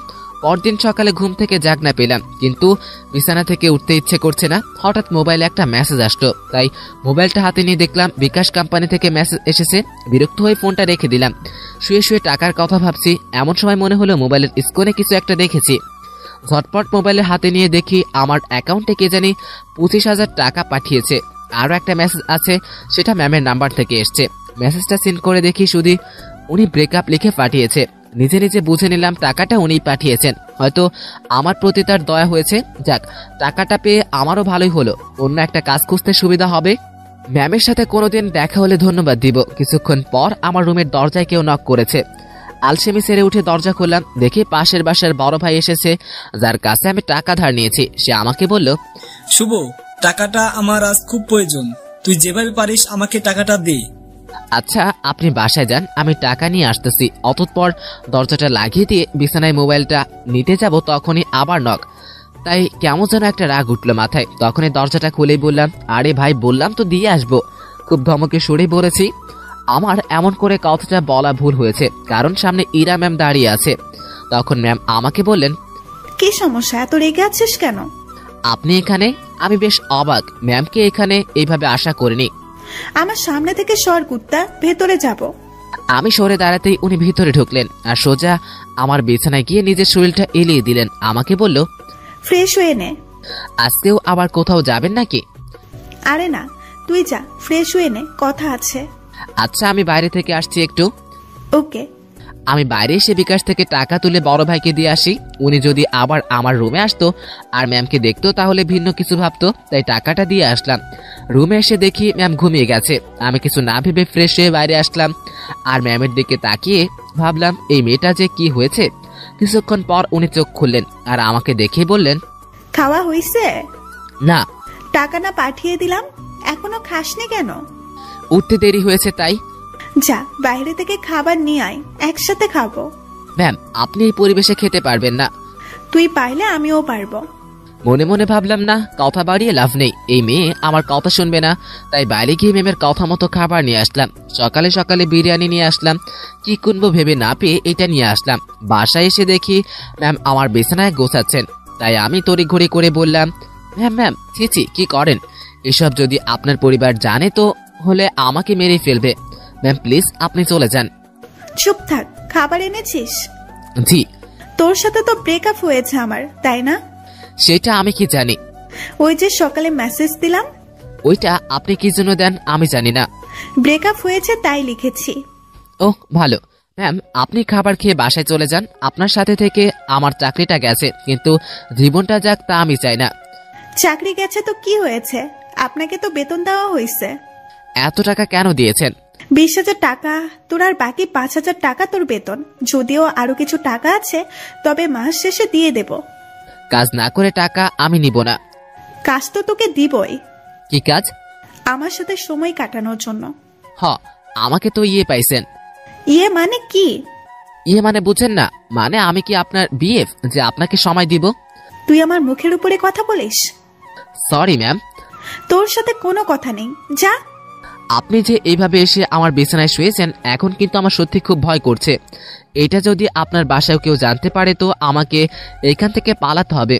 তুই পালিয়ে যাবি তাই না? তো পালাবো না? আমার কি জানের ভয় নেই? কে মারবে তোকে? আপনার পরিবারের সবাই মিলে মারবে। ভালো তো, মায়ের খাবি না। আমার এখানে থাকলে চলবে না, আমার এই শহর ছাড়তে হবে। কি বললি? আপনার টর্চারে এখান থেকে পালাতে হবে। ও তাই? এখান থেকে পালাতে যেন না পারিস, সে ব্যবস্থা করতেই হয় দেখছি। কথাগুলো বলতে বলতে ম্যাম আমার দিকে এগিয়ে আসছেন। আমি বললাম, মারবেন নাকি? না, অন্য কিছু করব। আপনি এইভাবে তাকিয়ে আছেন কেন? আমার ভয় করে। এমনিতে কালকের ঘটনায় আমার বুক এখনো ধুক করে ওঠে, তার উপর আপনার এই চাহনি। আমায় দেখে তুই ভয় পাস? হ্যাঁ পাইছি। দাঁড়া, দেখাচ্ছি ভয় কাকে বলে। কথাটা বলে আবার ম্যাম আমার দিকে এগোচ্ছে, আর আমি পিছাচ্ছি। একসময় আমার পিঠ দরজায় লেগে যায়। এবার ম্যাম আমার খুব কাছে চলে আসে, আর ম্যামের শরীরে সুগন্ধি আসছে। নিশ্চয়ই দামি পারফিউম ব্যবহার করে সবকিছু মিলিয়ে নেশা ধরিয়ে দেবার মতো সুবাস। আমার মনের অবস্থা খারাপ। ম্যাম যে কি করবে তা আমি বুঝতে পারছি না। আমি তার চোখের দিকে তাকিয়ে দেখি তার চোখ হাসছে না। আমার তার চোখের ভাষা কবে থেকে বোঝা শুরু করলাম। আমি আমার চোখ সরিয়ে নিলাম। ওই আমার দিকে তাকা। আমি আবারও তাকালাম, তাছাড়া আর কোনো উপায় নেই। এইভাবেই তাকিয়ে থাক, তাহলে চোখ দিয়ে পানি বের হবে। হোক। আমার খুব লজ্জা লাগছে। এতটা কাছে আসলেন কেন? তুই পালিয়ে যেতে পারিস তাই একটু আটকানোর চেষ্টা করেছি। জানি না এরপর থাকবি কিনা, তবুও চেষ্টা করতে ক্ষতি কি? কি চেষ্টা করবেন? এবার ইরা ম্যাম আমার নাকের সাথে নাক লাগালেন আর মিটমিট করে হাসতেছে। এই অবস্থাতেই উনি বললেন, মুভি তো তোর জায়গায় আমি থাকতাম আর আমার জায়গায় তুই, কিন্তু এখানে সব উল্টাটা হচ্ছে। আমি কিছুই বললাম না। এবার আমি আর চোখ খুলে রাখতে পারলাম না। চোখ খুলে রাখার শক্তি আর আমার নেই। আহারে আমার বেস্টু। কথাটা বলেই ম্যাম আমার নাকে নাক ঘষা শুরু করলেন। তাই আমি কোনো রকম নিজেকে সামলিয়ে বললাম, ম্যাম একটু সরে দাঁড়ান। আগে বল, পালাবি না? পালাবো না। প্রমিস কর। প্রমিস, পালাবো না। এভাবে হবে না। তাহলে? এবার ইরা তার জামাটা সরিয়ে দিল, বলল নাভি টাচ করে বলতে হবে। ওনার নাভি দেখেই আমি চোখ সরিয়ে ফেলি। অসম্ভব সুন্দর একটা জিনিস দেখলাম। আমার চোখ বারবার তার নাভির দিকে তাকাতে যাচ্ছিল, কিন্তু আমি অনেক কষ্টে অন্য দিকে তাকিয়ে আছি। এই নে, এটা টাচ কর, প্রমিস কর। ওখানে কেন টাচ করব শুধু শুধু? আমি তো বললাম প্রমিস। আমি বিশ্বাস করি না। ম্যাম ওখানে আমি হাত দিতে পারবো না, যত যাই বলেন। কেন? আপনার যে বড় হবে সেই দিবে। আচ্ছা তুই আমার হবু বর, নে এখন চাষ কর। ছি ম্যাম, কি বলেন? এক কথা এতবার বলতে বলিনি তোকে, তোকে হাত দিতে বলেছি না? আমার লজ্জা করে। তোর লজ্জা আমি রাগাবি না বলে দিলাম। মনে মনে ভাবছি ম্যামের মাথা গেছে মনে হয়, না হলে এইসব কথা বলছে, তাও আমাকে ওনাকে জিজ্ঞেস করা ছাড়া কোনো উপায় নেই। তাই বললাম, ম্যাম এমন করতেছেন কেন? তখন ম্যাম আমার গালে থাপ্পড় দিয়ে বলল, আমি যেটা তোকে বলছিস সেটা না করে তুই আমাকে প্রশ্ন করিস? তাহলে সত্যি কি ধরবো? তো আমি ভাবছি মায়ের খাওয়া থেকে ধরাই ভালো। আর সত্য কথা বলতে নাভি দেখার পর আমিও আর লোভ সামলাতে পারছি না। এবার আমি জাস্ট ওনার নাভিতে হাত রাখলাম। উনি সাথে সাথেই একবার চোখ বন্ধ করে আবার খুললেন। চুপ কেন? কথা দিলাম যাব না। গুড, এখন হাত সরিয়ে নে। Oh sorry. এবার ম্যাম আমার থেকে দূরে গেল। আমি হাফ ছেড়ে বাঁচলাম। আবার ম্যাম আমাকে বলতে শুরু করলো, বাবাকে চ্যালেঞ্জ করে আসছি আমি তোকেই বিয়ে করব বলে। ও আল্লাহ, না ম্যাম এসব কি বলছেন আপনি? তুই বুঝবি না, আমি তোকে টাকাটা দেওয়ার পর ঝগড়াটা লাগছে। আমাকে নিয়ে আপনার পরিবারের সাথে ঝগড়া করতে গেছেন কেন? ওরা আমার চরিত্র নিয়ে কথা উঠাইছে, তারপরেও আরো বলছে তোর সাথে নাকি আমার প্রেম আছে। আচ্ছা মাথা ঠান্ডা করেন। হ্যাঁ, তোকে আমার সাথে আমাদের বাসায় নিয়ে গেলেই আমার মাথা ঠান্ডা হবে। এবার আমি শেষ। ম্যাম কি বলেন এগুলা? আমি কেন যাব? ঝগড়ার সময় বলেছি আমি তোকে ভালোবাসি, তোকেই আমি বিয়ে করব, আর তুই আমাদের বাসায় থাকবি। মানে আপনি আমার উপরে যাওয়ার টিকিট নিয়ে আসছেন তাই না? জানি না, ব্যাগ গুছিয়ে নে আর আমার সাথে চল। এই মাত্র বলেন আমি যেন না পালাই, আর এখন বলছেন আপনাদের বাসায় নিয়ে যাবেন। দেখে নিলাম তুই আমার উপর কতটা দুর্বল আর কতটা ভালোবাসিস। না, আপনি কি যেন বললেন? আমি আমাকে আর কিছু না বলতে দিয়ে ম্যাম বললেন, সাধু ড্যাব ড্যাব করে আমার দিকে তাকিয়ে থাকিস, আর এক্ষুনি আমার নাভির দিকে তাকিয়েছিলি। আমি মনে হয় কিচ্ছু বুঝি না। ওনার যা কথার স্প্লিট, আমি ওনার সাথে পেরে উঠছিলাম না।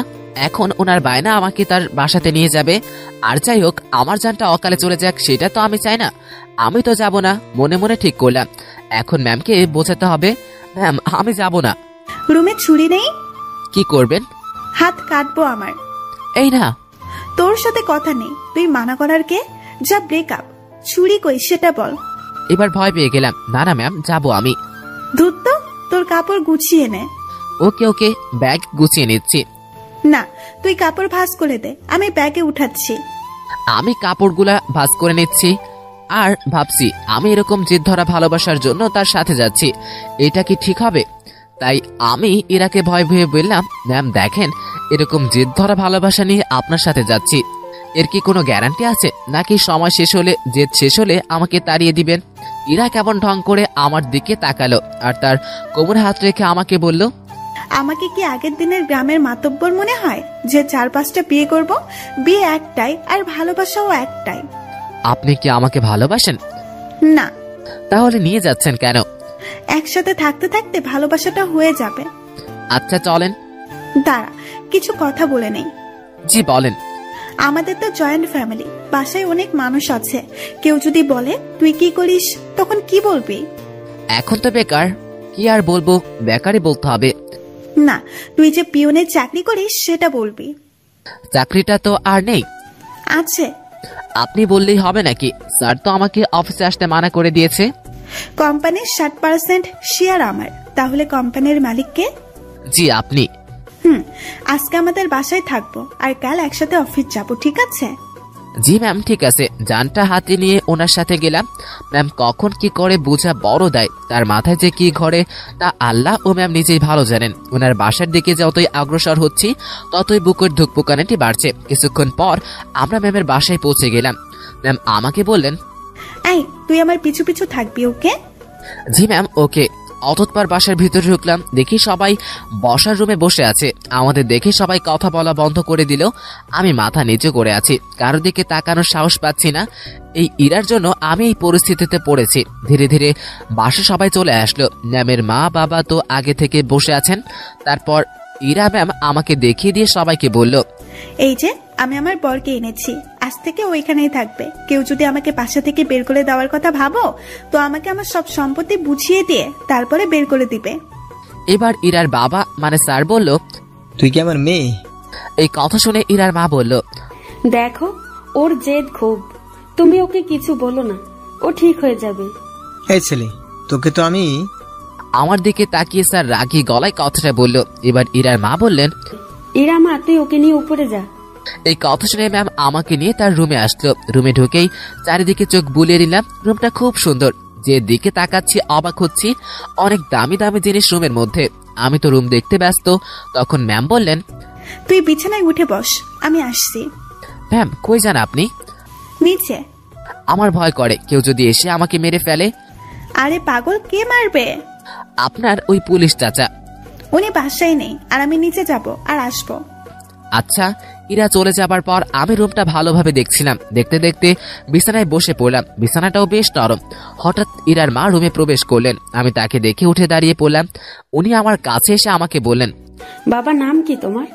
জি শুভ। ও, ইরা হয়তো পাগলামি করে এমনটা করেছে। তোমার মা মামা ও ফ্যামিলি আছে, তারা এসব শুনলে সমস্যা করবে। তুই বিকেল পর্যন্ত থেকে চলে যেও, একটু পর ইরার রাগ কমবে, দেখে নিও। আমি কিছু বলার আগেই ইরা রুমে ঢুকতে ঢুকতে বলে উঠল, ওর বাবা মা কেউ নেই, আর ওনাকে বিকেল পর্যন্ত রাখার জন্য আমি আনিনি। তোমাকে এইসব কথা বলতে কে বলেছে মা? দেখ ইরা, তোর বাবাকে তুই তো চিনিস, তবুও। বাবা ও আমাকে চেনে। বাইরের একটা ছেলেকে ধরে এনে বাসায় ঢোকানো ঠিক হয়নি। তোর মা লোকে খারাপ বলবে, সমাজ খারাপ বলবে। তো তোমরা সবাই আমাকে ওসব বলছিলে কেন, যে ওর সাথে আমার রিলেশন আছে? আচ্ছা, আমার সবাই তোর কাছে ক্ষমা চেয়ে নিব। এখন তুই ছেলেটাকে বিদায় কর। না, ওকে আর কিভাবে বিদায় করব? ও এখন আমাদের সাথেই থাকবে। মানে? আমার রাগটা কমে যাক, আমি বাবার সাথে কথা বলে নেব। তুমি যাও। তুই এখানে এসে তোর বাবার সাথে কথা বল। যাও তুমি, আমি আসতেছি। ইরার মা চলে যাবার পর আমি তাকে বললাম, ম্যাম আমি বলি কি, আপনার রাগ কমে যাওয়ার পর আমি চলে যাব। পরিবারের সাথে এমন করতে নেই। সবাই যেটা বলে সেটার মধ্যে থাকাই ভালো। তুই চুপ থাক, তোর থেকে ভালো বুঝি আমি। তুই যে চলে যেতে চাস, তাহলে আমাদের বন্ধুত্বের কি হবে? এরকম বন্ধু পাওয়া অনেক মুশকিল। এখন পেয়েছি, তাই কাছে রাখার চেষ্টা করব। তুই এখান থেকে যাওয়ার কথা মুখেও আনবি না। ম্যাম আমার সাথে কিছুক্ষণ কথা বলে তার বাবার সাথে যায় কথা বলতে। সেখানে অনেক কথা হয়। ম্যাম এসে সেগুলো আমাকে বলতে শুরু করে। তোর চাকরি কনফার্ম। তুই কি ড্রাইভিং করতে পারিস? না। ও আচ্ছা, বাবাকে সব সত্যি কথা বলে দিয়েছি। তার রাগের মাথায় আমি তোর সাথে অনেক কিছু করে ফেলেছি। তুই মন খারাপ করিস না, তুই আমার বন্ধু, তোকে দূরে সরিয়ে দেব না, কাছেই রাখবো ড্রাইভার হিসেবে। আমি যেখানেই যাব তোকেও নিয়ে যাব। খুশি তো? ম্যাম এত কিছু করলেন, আমার তো এই বাসার লোকজনকে দেখলেই ভয় করে। আরে ভয় কিসে, তুই থাকবি তো আমার সাথে। আর তোর থাকার জায়গাও আমার খুব কাছে। মানে আমার পাশের রুমে তোর রুম থেকে আমার রুমে আসতে হলে বাইরের দরজা দিয়ে আসতে হবে না। 2 রুমের মাঝে একটা দরজা আছে, দেখবি আয়। ম্যাম আমাকে আমার থাকার রুমটা দেখিয়ে দিল। বন্ধু হিসাবে এটা আমার জন্য ফিক্সড। সেই যে কবে রুমে এসে ঢুকেছি, বের হবার নাম নেই। কিভাবে বের হব?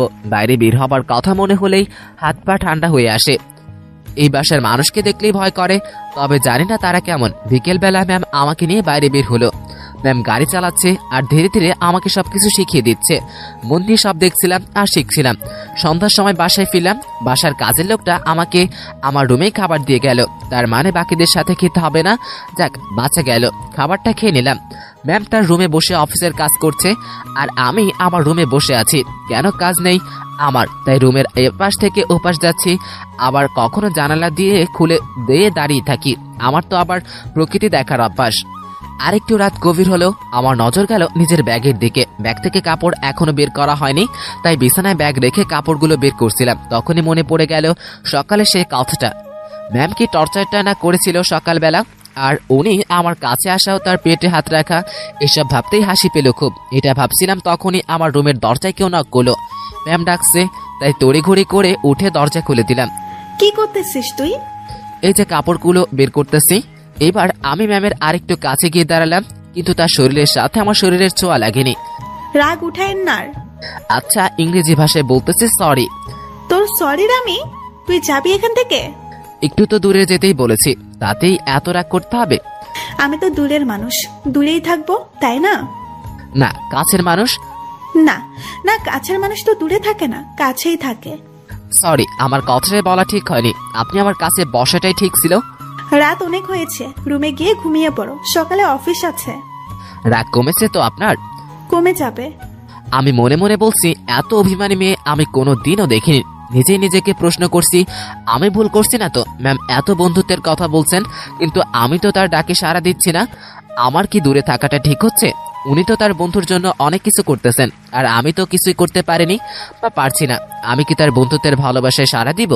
মনের সাথে যখন বোঝাপড়া শেষ হলো, তখন আমি ম্যামের ডান হাতটা আমার 2 হাতের মাঝে নিয়ে বললাম, এই তো কাছে এসেছি, আর দূরে যাওয়ার কথা বলবো না। এমন ভুল আর জীবনেও হবে না, সরি। সত্যি তো? সত্যিই 3 সত্যি। ওনার কণ্ঠ শুনে মনে হচ্ছিল ওনার রাগটা অনেকটাই কমে গেছে। ম্যাম এখন যাই তাহলে? কাছে থাকতে ভালো লাগছে না, তাই না? আপনি তো আমাকে ঘুমাতে বললেন, কালকে অফিস আছে বলে। পরে ঘুমাবি। ম্যাম তখনও জানালার দিয়ে বাইরে তাকিয়ে আছে, আর তার হাত এখনো আমার 2 হাতের মধ্যে রাখা আছে। এক অন্যরকম ভালো লাগা কাজ করছিল তখন। সেটা যে কি তা আমি বলতে পারবো না। আমি ম্যামের মুখের দিকে তাকালাম, দেখি মিটমিট হাসছে। আমি তার এমন হাসি দেখে বললাম, আপনি এমন আনমনা হয়ে বাইরে তাকিয়ে কি ভাবছেন? তোকে। আমাকে মানে? আরে পাগল, তুই আমার জীবনের এমন ভাবে আসলি, মানে আমি ভাবতেই পারিনি তোর মতো একটা গাধা। তবে ভালো মানুষের সাথে বন্ধুত্ব হয়েছে।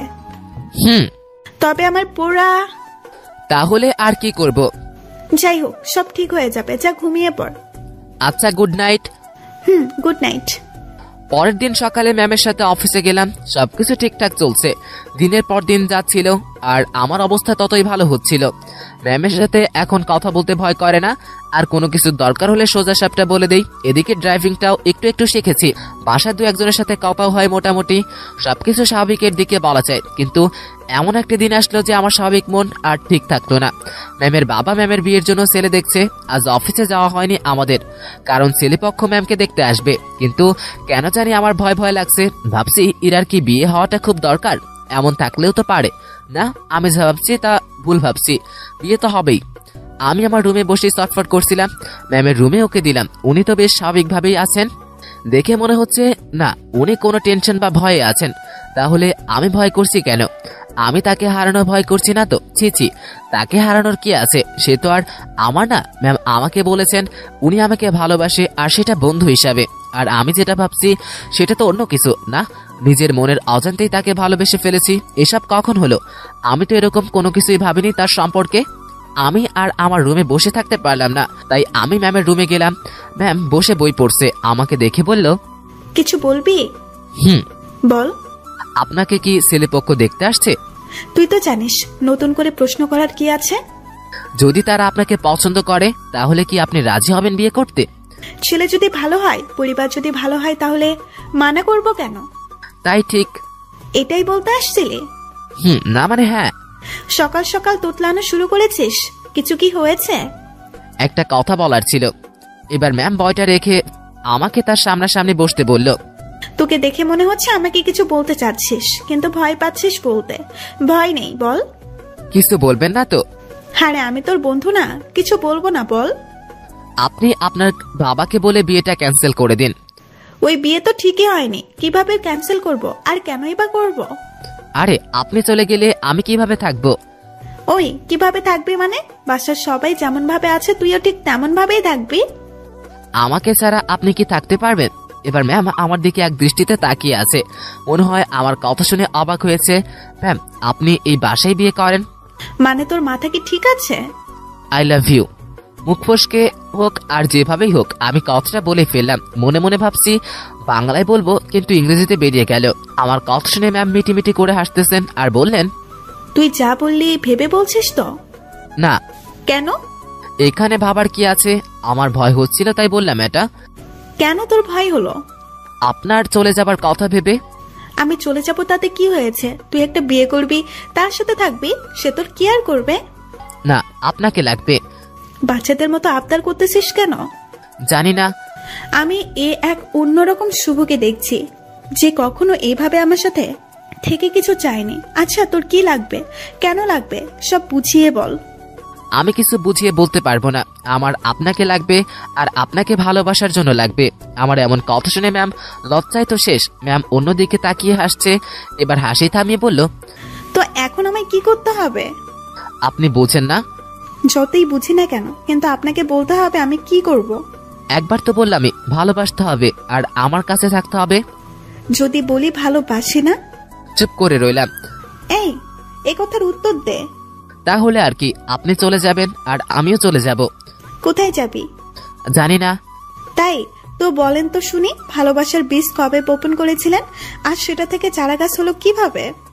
ইরা নামের একটা পাখি এসে আমার জমিতে তার মুখ থেকে ভালোবাসার বীজটা ফেলে দিয়ে যায়, আর সেই বীজটাই। পুরোটা বলার আগেই ম্যাম হাসতে হাসতে শেষ। ওনার হাসি দেখে আমার রাগ হচ্ছিল। আমি ওনাকে কিছু বোঝাতে চাচ্ছি আর উনি হেসে উড়িয়ে দিচ্ছেন। এবার উনি হাসি থামিয়ে বললেন, আজ সকালটা অন্যরকম ভাবে শুরু হলো, এমন হাসির কথা কখনো শুনিনি। ম্যামের কথা শুনে বেশ লজ্জা পেলাম। হয়তো মনের কথাটা বলা ঠিক হয়নি। আমি তার সামনে থেকে উঠলাম আর নিজের রুমে যাওয়ার জন্য পা বাড়ালাম। তখন ম্যাম ডাক দিয়ে বললেন, কই যাস? ঘুম পাচ্ছে, ঘুমাবো। ঘুম নাকি রাগ? না ঘুম। রাগ না ম্যাম, ঘুমই পাচ্ছে। আমার জানা আছে, তুই এখানে এসে বস। কথা না শুনলে বকা দিবে, তাই কথা না বাড়িয়ে আবার তার সামনাসামনি বসলাম। তখনই এরা বলল, আমার আর তোর মাঝের সম্পর্কটা কিসের বলতো? বন্ধুত্বের। তো আমি কি বন্ধুর কথা শুনে হাসতেও পারবো না? পারবেন, আর এখানে তো হাসলেন। কথার মধ্যে এমন রাগের সুর কেন? কই না তো। আচ্ছা ভেবে দেখ তো, তুই যে আমাকে ভালোবাসিস কথাটা বললি, আমি কি তা নিয়ে উপহাস করেছি? তোর কথা শুনে হাসি পাচ্ছিল তাই একটু হাসলাম। আর আমাকে যেটা বললি সেটার উত্তর না দিয়ে কই যাস? হ্যাঁ সেটা ভুলে বলে ফেলেছি, সরি। লাত্তি খাবি কুত্তা? ভালোবাসি বল। আপনি আবার হাসবেন তাই বলবো না, আমার ভালোবাসার দাম আছে। ওরে বাবা, একটু হাসছি বলে এত রাগ? তো শুনি আপনার ভালোবাসার দাম কত? সেটা আপনার না জানলেও চলবে। আপনি বই পড়েন, আমি গেলাম। এই বলে আমি চলে যাচ্ছিলাম, তখন উনি আমার হাত ধরে ফেললেন আর কেমন কান্না কান্না কণ্ঠে বললেন, ওই পাগল, আমি তোমার ভালোবাসা নিয়ে উপহাস করিনি তো। তাহলে হাসলেন কেন? না পাগল। এই কথা বলে হঠাৎ ইরা আমাকে জড়িয়ে ধরে কান্না শুরু করলো আর অভিমানে কণ্ঠে বলল, প্রত্যেকটা গল্পে আমি তোমাকে প্রপোজ করি, তুমি কি করো? তুমি চুপ করে থাকো। তোমার জন্য ওয়েট করতে হয় আমায়। এই গল্পেরও তুমি অনেকটা লেট করেছো। আমার কি অপেক্ষা করে থাকতে কষ্ট হয় না? তুমি আমার জন্য কিছু করো না, আর করতেও হবে না, শুধু ভালোবাসলেই চলবে। আর হ্যাঁ, রাগ দেখাও কেন আমাকে? রাগ শুধু তোমারই আছে, আমার নেই। আর যদি কখনো তোমার কথায় রাগের সুর পাই তো তখনই ব্রেকআপ। ম্যামের এমন কথা ও কাজ দেখে আমার মুখের ভাষাই হারিয়ে গেল। আচ্ছা আমি তোর কথা একবার আমার বাবাকে সিরিয়াসলি বলবো। না। কেন? স্যার যদি মানা করে দেয় আর আপনাকে যদি আমার কাছ থেকে কেড়ে নেয়, বা আমাকে যদি আপনার জীবন থেকে সরিয়ে দেয়, তখন? আমার উপর বিশ্বাস রাখ। ইরা আমাকে ছেড়ে দিল, যা বেশ চিন্তিত সাথে আমিও। অতঃপর দুপুরে ইরাকে দেখতে আসলো আর দেখে চলে গেল। হয়তো তারা পছন্দ করেছে, পছন্দ না করে উপায় নেই। রুমে বসে হতাশ হওয়া ছাড়া আমার আর কোনো উপায় ছিল না। ইরা সেই যে বেরিয়ে গেছে আর রুমে আসার নাম নেই। আমি বাইরে যাওয়ার সাহস পাচ্ছি না। দুপুরে শুধু বাসার কাজের মেয়েটা খাবার দিয়ে চলে যায়। সন্ধ্যায় ইরা রুমে আসলো। ইরা রুমে আসতে না আসতেই আমি তার রুমে গেলাম, আর গিয়ে আমি যা শুনলাম তা আমি কখনোই ভাবিনি। ইরা বলল, বাবা তার ছোট্টবেলার বন্ধু ছেলের সাথে আমার বিয়ে ঠিক করেছে, আর তারা আমাকে দেখে পছন্দ করেছেন। আর আজকে আমার পরিবারের সবাইকে অনেক খুশি দেখলাম। তাদের খুশির জন্য আমি বিয়েটা করব, ভাঙতে পারবো না। ইরার মুখে এসব কথা শুনে আমার নিঃশ্বাসটা কেমন যেন আটকে গেল। মনে হলো বুকের উপর কেউ পাথর চাপা দিয়েছে। আমি কোনো রকম চোখের পানি সামলিয়ে বললাম, সমস্যা নেই, আপনি যেটা ভালো মনে করেন। তুই আমার উপর রাগ করলি, তাই না? আরে না, আপনার সিদ্ধান্তে আমি খুব খুশি হয়েছি। পরিবারের কথা চিন্তা করে সব করতে হয়। তোমার কথায় আমি কান্নার আওয়াজ পাচ্ছি। কি যে বলেন, কান্না করবো কেন? আমি রাজি হওয়াতে আমার বাবা যে কত খুশি হয়েছে তা আমি তার চোখ মুখ দেখেই বুঝেছি। আচ্ছা, আপনি রেস্ট নেন, আমি আমার রুমে চাই। ইরা কিছু বললো না, চুপ করে বসে থাকলো। আমি রুমে আসলাম। ছেলেদের তো আর আওয়াজ করে কান্না করতে নেই, তবুও নিজেকে সামলাতে না পেরে নিঃশব্দে কিছুক্ষণ কান্না করলাম। রুমের মধ্যে আর ভালো লাগছে না, তাই ছাদের দিকে রওনা দিলাম। আমি কখনো যাইনি এই বাসায় ছাদে, আজই প্রথম যাচ্ছি। ছাদে পৌঁছে এক কোণে চুপটি করে দাঁড়িয়ে আছি। ভাবছি ম্যামের কাছ থেকে বিদায় নিয়ে এই বাসা থেকে চলে যাব, কারণ এই কষ্ট সহ্য করার মতো না। হঠাৎ ছাদে কারো উপস্থিতি টের পেলাম। একটা লোক আমার দিকে এগিয়ে আসছে। কাছে আসতেই বুঝতে পারলাম এটা ইরার চাচা। তিনি আমাকে বলল, এই শীতে এত রাতে এখানে কি করিস? না মানে এমনি বাতাস খেতে আসছে একটু। কি এই শীতে বাতাস? রুমে বেশি ভালো লাগছিল না, তাই আর কি। বেশ চালাক তুই। আমি মনে মনে ভাবছি কি চালাকি করলাম। তখনই ইরার চাচা আবারও বলল, আমার কথায় সোজা উত্তর দিবি। জি স্যার। তুই ইরাকে ভালোবাসিস? কি বলবো বা কি বলা উচিত বুঝতে পারছি না। সত্যি বললে আবার কোনো বিপদ হবে না তো। ভাবছি সত্যিটা বলবো, যা হবার হবে। ভালোবাসি। তো কতদিন হলো তোদের রিলেশনের? কয়েক ঘন্টা। মানে? আজ সকালে ম্যামকে ভালোবাসি কথাটা বলেছি। প্রথমে হ্যাঁ বলেছিল, পরে ছেলেপক্ষ দেখে যাবার পর আমাকে না করে দেয়। কেন? ম্যাম, এই বিয়েতে রাজি হওয়ার আপনাদের বাসার সবাই খুশি হয়, আর আপনাদের হাসি খুশির মুখ দেখে ম্যাম আমাকে এসে মানা করে দেয়। বাহ, তুই তো বেশ সাহস নিয়ে কথা বলছিস। আমার সাথে তোর ভয় করছে না? আপনি তো সত্যিটা বলতে বললেন। তো এখন কি করবি? চলে যেতে হবে এখান থেকে। রাতেই? না, সকালে ওনার সাথে দেখা করে চলে যাব। তো দেবদাস হয়ে কোথায় ঘুরে বেড়াবি? চুপ হয়ে গেলাম। উনি মজা নিচ্ছিল, বেশ বোঝা যাচ্ছিল। চুপ হয়ে গেলি কেন বল? জি স্যার, কথাও না। আমি ভুল করেছি, মাফ করে দিন। আমি কাল সকালে চলে যাব। যা, রুমে যা। আচ্ছা। এই শোন, স্মোক করিস না। বাসা কোথায় তোর? রাজশাহী। ওকে, চলে যাস সকাল সকাল। নেক্সট টাইম আমার সামনে পড়লে সমস্যা হবে তোর। আমার সামনে যেন না দেখি। জি স্যার, আর দেখবেন না আমাকে। রুমে আসলাম তার সাথে কথা বলতে। আমার তো ভয় করছিলই না, চাচ্ছিলাম আরো কিছুক্ষণ কথা বলি। তারপর আমার সাথে ম্যামের চাচার যে কথা হয়েছে তা ম্যামকে জানানো দরকার। চলে গেলাম তার কাছে আর সবকিছু তাকে বলে চলে এলাম আমার রুমে। কিছু সময় পর মনে হলো আমি যে কাল চলে যাব সেটা তো ম্যামকে বলা হয়নি, তাই আবার ঢুকলাম তার রুমে। ঢুকেই তো আমার চোখ আটকে গেল, কারণ উনি ড্রেস চেঞ্জ করছিলেন তার রুমে। এইখানে আমার কোনো দোষ নেই, সব দোষ আমার এই চোখের, কারণ যা দেখা সব আমার চোখ দেখে নিয়েছে। আমি যখনও অন্যদিকে ঘুরে আমার রুমে চলে আসব, তখনই উনি বললেন, এই দাঁড়া। ম্যাম, আমি কিছু দেখিনি। কিছু দেখা না দেখার কথা আমি বলিনি। কি বলতে আসছিলি সেটা বল। কাল সকালে চলে যাচ্ছি। আর অন্যদিকে ঘুরে আছিস কেন? আমার শরীরে পোশাক আছে, এখন এই দিকে তাকা। ঘুরে তার দিকে তাকালাম, এখন সব ঠিকঠাক আছে। কি জানি বলতেছিলি? এত জায়গা থাকতে রুমে কেন ড্রেস চেঞ্জ করতে হবে? এটা বলতে আসছিলি?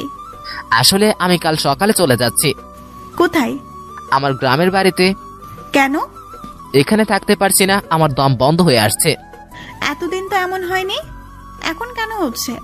দেখেন, ভালোবাসার মানুষটির চোখের সামনে থেকে এইভাবে হারিয়ে যাবে তা আমি মানতে পারবো না। তুই যদি চাস ব্রেকআপ করে তারপর চলে যাবি। ঠিক আছে, ব্রেকআপ যা বলার বলে এসে কম্বল মুড়ি দিয়ে শুয়ে পড়লাম। ওনার কথা ভাবতে ভাবতে চোখের পাতাটা বন্ধ হয়ে গেল। রাত তখন কতটা আমি জানি না, তবে আমার কম্বলের নিচে কাউকে অনুভব করলাম কেউ একজন এখানে এসে শুয়ে আছে। তখন আমার ঘুম ভাঙলো আর চোখ খুললাম, কম্বলটা মাথার উপর থেকে কম্বলটা সরিয়ে দেখলাম ইরা আমার পাশে শুয়ে আছে। আমি এটা দেখে তড়িঘড়ি করে উঠে বসলাম। এটা দেখে ইরা আমার দিকে ফ্যাল ফ্যাল করে তাকিয়ে আছে। ওনাকে দেখে আমি বেশ অবাক হলাম। কিছুদিন পর যার বিয়ে, সে এত রাতে আমার সাথে ও আমার পাশে শুয়ে আছে, এই মেয়ের মতলবটা কি? তখন ম্যাম আমাকে বললেন, যেমন ছিলে তেমন করে শুয়ে থাক। আপনি এখানে কি করেন? দেখছিস না শুয়ে আছে? আপনার রুমে যান। এখানে কি? এটাও আমার রুম। এইভাবে এত কাছে আসা ঠিক না। কোনটা ঠিক কোনটা ভুল তোকে বলতে বলছি আমি? যেমনটা ঘুমিয়েছিলে তেমনটাই থাক। শোনেন, আপনি আমাকে আর কিছু বলতে দিল না। উনি উঠে আমার মুখ চেপে ধরলো। তারপর আমাকে শুয়ে দিয়ে উনি আমার পেটের উপর বসে কম্বলটা আমার পিছন দিয়ে গুজে দিল। তারপর ইরা তার ফোনের লাইট অন করে সাইডে রাখলো আর ম্যাম তার পা দুটো ভাঁজ করে ভালোভাবে আমার পেটের উপর বসলো। তারপর তার হাত দুটো আমার গালে রাখলো। বাইরে থেকে এই অবস্থা দেখে মনে হবে একটা ত্রিভুজের মতো, ভিতরে আলো থাকায় ছোট একটা ত্রিকোণ ঘরের মতোই লাগছিল। অতঃপর ম্যাম বলল, তোর সাহস কি করে হয় আমার সাথে ব্রেকআপ করার? শুভ, উত্তর দে, তা না হলে তোর খবর আছে। আপনার যাতে ভালো হয় সেই জন্যই করেছি। তুই ব্রেকআপ করার কে? করলে আমি করব। করতে পারি না। তুই কেন করবি? ভালো তো আমি বাসি, তাহলে ব্রেকআপ তো আমিই করব। আর আমি কি ভালোবাসি না? আমার থেকে কম, সো তোর ব্রেকআপের কোনো দাম নেই। আচ্ছা, আপনি পেটের উপর থেকে নামেন, আমার পেটে ব্যথা হচ্ছে। করলে করুক, আমি কি করব? আপনি যা করতেছেন সেটা কিন্তু ঠিক না। কি করতেছি আমি? এই যে এইভাবে বসে আছেন আবার। তোকে কি আমি জ্ঞান দিতে বলেছি? কথাটা বলেই ইরা তার হাত দিয়ে আমার ঠোঁট স্পর্শ করতে শুরু করলো, নাকে চোখে হাত বুলিয়ে দিল।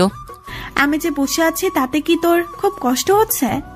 না, তবে এরকম ভাবে হাত দিচ্ছেন তা আমার ভালো লাগছে না। I love you. আপনার নতুন বরকে বললেন এসব? কথাটা বলার সাথে সাথে আমাকে একটা ঠাস করে থাপ্পড় দিল। আই লাভ ইউ টু বল, না হলে আরো মারবো। Too too too? কিসের টুটু? পুরোটা বল। ভালোবাসি আমিও। ওয়াও, খুব বলেছেন। চলেন এখন রোমান্স করি। ম্যাম ওয়েট, কিসের রোমান্স? আমি তো আপনার বর না, এগুলো ঠিক হবে না। আপনি আমার রুমে যান। আহারে, আমি তো রোমান্স করবই, সে বিয়ে হোক আর নাই হোক। ম্যাম এমন করছেন কেন? ছেড়ে দেন না। ওলে বাবুটা, খুব ভয় লাগছে তোমার? ইরা বসে থেকে এবার আমার পুরো শরীরের উপর শুয়ে পড়ল। বুকের ভিতর আমার দুরু দুরু শব্দ হচ্ছে। ইরা আমার বুকে তার দুই হাত রাখলো আর সেখানে তার থুতনিটা লাগলো। ও বোকা বোকা গলায় বলল, ভয় নেই, এই যে তোমার কাঁধ থেকে মাথা পর্যন্ত আজ আমি যা ইচ্ছে তাই করব। ইরাকে আর থামাতে পারলাম না। উনি ফোনের লাইটটা অফ করে দিয়ে আমার গলায় আর ঘাড়ে তার ঠোঁটে স্পর্শ দেওয়া শুরু করলো। তার খোলা চুলগুলো আমার সারা মুখে ছড়িয়েছিল। এদিকে তো উনি তার কাজ করে যাচ্ছেন। কিছুক্ষণ পর, আমি তোমার বুকে এখন ঘুমাবো, সকালে আমাকে ডেকে দিও। কি কিছু করতে পারি না? তুমি আবার কি করবা? তুমি মানে? সরি, আপনি যে এগুলা করলেন। ওই না, তুমি কেন করবা? তুমি কিছু করতে পারবে না। আচ্ছা, আপনার রুমে যান। রাগ কেন করছো? না, আমি রাগ কখন করলাম? আমি তো শুধু যেতে বললাম আপনার রুমে। কথাটা বলতেই ইরা মোবাইলের লাইটটা অন করলো আর উনি তার গলার ওড়নাটা সরিয়ে দিতে ধরলো। তখনই আমি তাকে থামিয়ে দিলাম। এই কি করছেন? তুমি যে বললে কি যেন করবে? আপনার এই গালটুকুই লাগবে শুধু। এই যে গালটুকুই? শুধু এর নিচে নামলেই মায়ের। ওকে? আচ্ছা। কি মানুষ রে বাবা, নাও করে না। উঠে বসে ওনার গালে আমার ঠোঁটের স্পর্শ দিতে লাগলাম। ইরার মতো আমিও বেশি সময় নিলাম না। একটু পর আমি বললাম, রুমে গিয়ে ঘুমিয়ে পড়ো। এটাই আমার রুম। এখানেই থাকবে? তারপর দুজনে দুজনের দিকে তাকিয়ে থাকলাম। হঠাৎ দুজনে কান্না করে দেই। ইরা বলল, এই তুমি কান্না করছো কেন? এইভাবে কখনো তো তোমাকে আর পাবো না তাই। দূর পাগল, কে বলছে পাবে না? তুমি তো চলেই যাবে। আমি থাকার চেষ্টা করব। আর তুমি কান্না করতেছো কেন? বলা যাবে না। বলো না। পাগলটাকে অনেক ভালোবেসে ফেলেছি। এবার ইরা আমার কপালের সাথে তার কপাল ঠেকালো। ওর চোখের পানি আমার মুখের উপরে পড়তেছে। আমি বললাম, অনেক কান্না হয়েছে, থামো। আমি এখানে থাকবো, না করো না প্লিজ। আচ্ছা থাকো। তোমার বুকের উপর ঘুমাবো। রাগ করবে না তো? না। এবার ইরা আমার বুকের উপর শুয়ে পড়লো। দুজন ভরে উঠবো, উঠে হাঁটতে বের হব। না, তোমার কাকা আমাকে চলে যেতে বলেছে সকালে। ওনার সাথেই বের হব। কি? তোমাকে কিছু ভাবতে হবে না। উনি আমাকে দেখলেই গুলি করবে।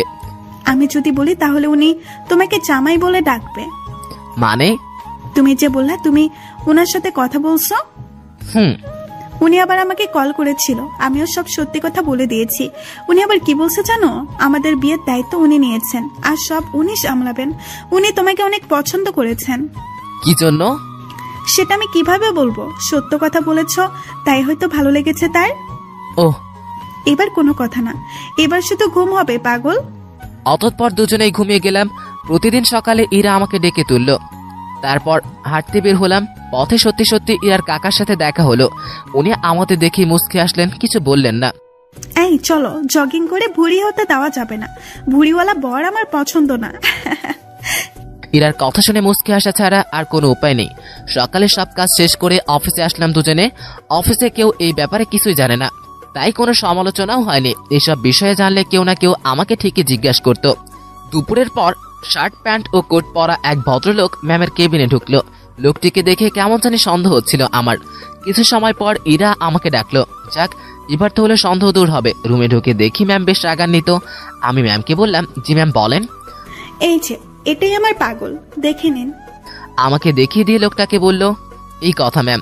ম্যামের কি লজ্জা শরম নেই? কেউ এইভাবে পরিচয় করিয়ে দেয়?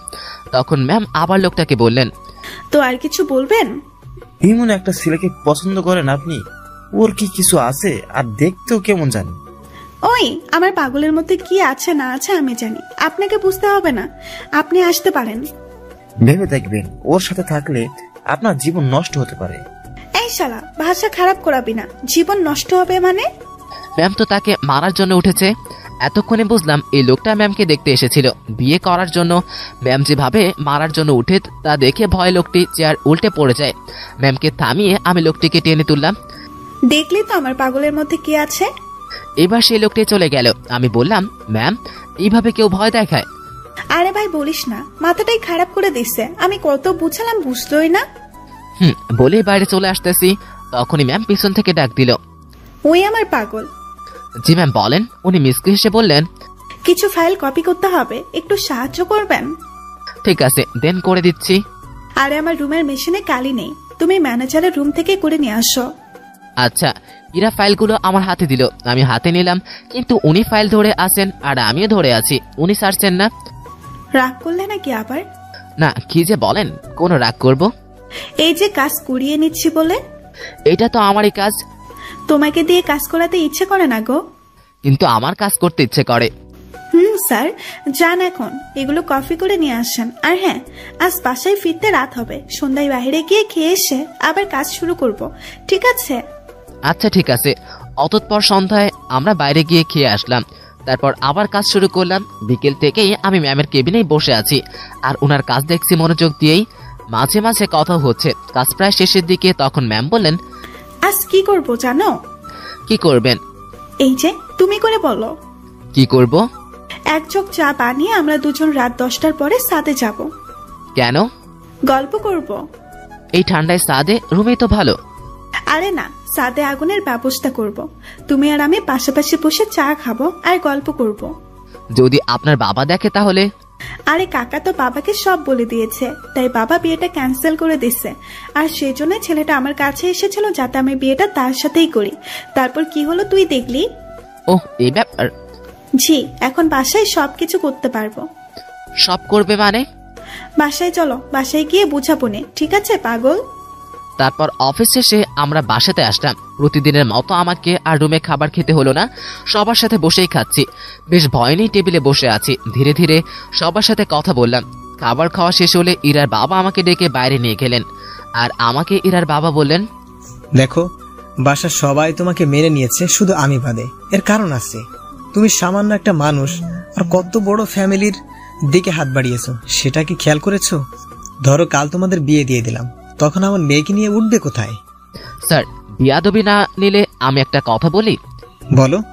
আপনার মেয়ে বলেছে ও কাজ করে খাওয়াবে কিছুদিন, আর মাঝে আমিও কিছু একটা করে ফেলতে পারবো ওর সাহায্যে। আমরা এমনটাই ভেবেছি। ওহ, বউয়ের হাতের কামাই খাবে? না, বন্ধুর হাতের কামাই খাবো। আমার মুখের উপর কথা বলছো? তো বলছিলাম, মনে কিছু নিয়েন না। ওকে, 2 দিন পর তোমাদের বিয়ে, আর সমাজের নিয়ম অনুযায়ী আমার মেয়েকে নিয়ে বাসা থেকে বেরিয়ে যাবে। কোথায় যাবে সেটা আমি জানি না। ওকে? জি স্যার। কথাটা ইরাকেও জানিয়ে দিও। আচ্ছা। ইরার বাবা আমাদের উপর বেশ রেগে আছে, রাগাটাই স্বাভাবিক।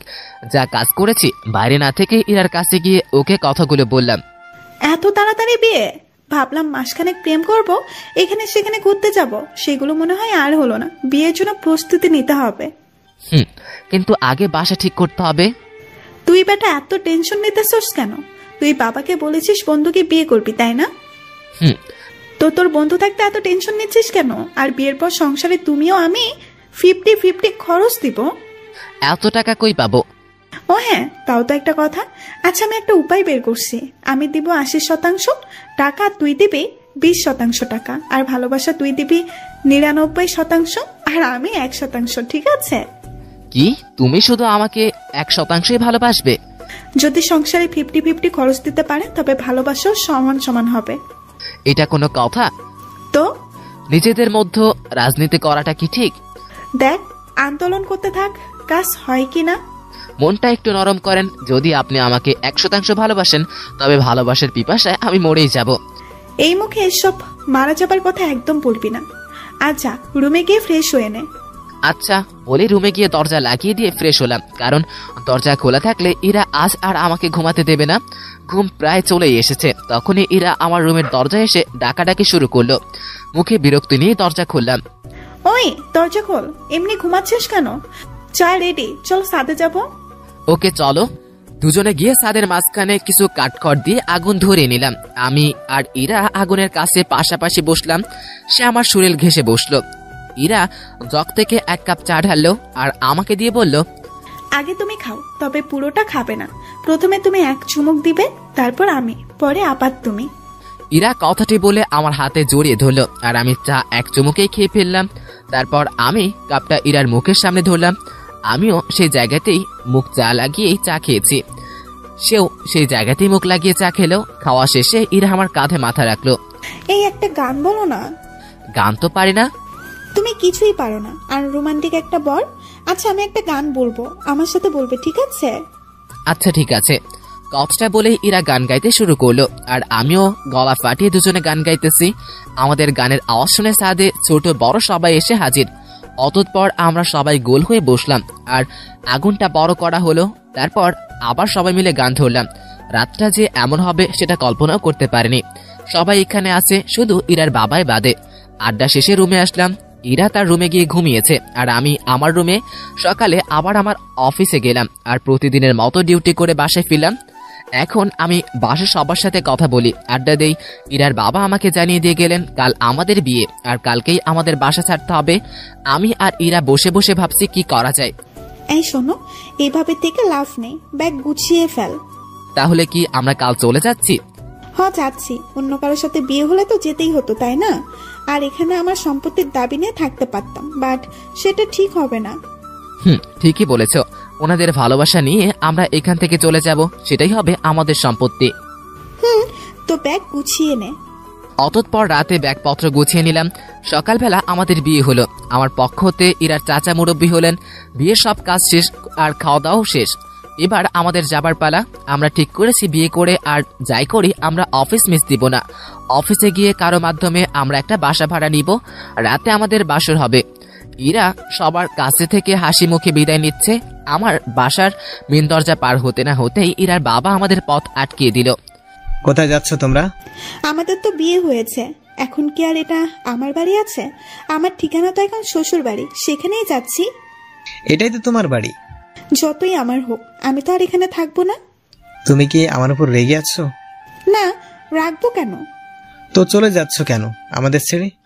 তুমি তো চলে যেতে বলেছ। কোথাও যেতে হবে না, আমি তো শুধু তোমাদের ভালোবাসাটা পরীক্ষা করে দেখলাম। কথাটা বলা মাত্রই ইরা তার বাবাকে জড়িয়ে ধরে কান্না করে দিল। পরে আমরা দুজন জানতে পারলাম এটা ওনাদের একটা প্ল্যান ছিল। সবকিছু শেষে আমরা আমাদের রুমে ফিরে এলাম। তখনই অফিসে যেতে চাইছিলাম, কিন্তু সবাই ধরে রুমে পাঠিয়ে দিল। যাক, ভালোই হলো। এখন থেকে আমি দুষ্টামি করতে পারবো। এবার ইরাকে দেখিয়ে দিব আমি কি করতে পারি। ইরা শাড়ি পরেছিল, আমি তাকে জড়িয়ে ধরে 1 হাত তার পেটে রাখলাম। ওই ওই কি করিস তুই? কি করি মানে বুঝো না? তুই ছাড়। না ছাড়বো না। আর এগুলো এক্ষুনি না, দেরি আছে। তার আগে আমার কিছু কথা শোনো। বলো। আমাদের যে বিয়ে হলো, এই শুকরিয়া আদায়ের জন্য দুজনে নামাজ পড়বো। আচ্ছা, বলে দুজনে নফল নামাজ আদায় করলাম।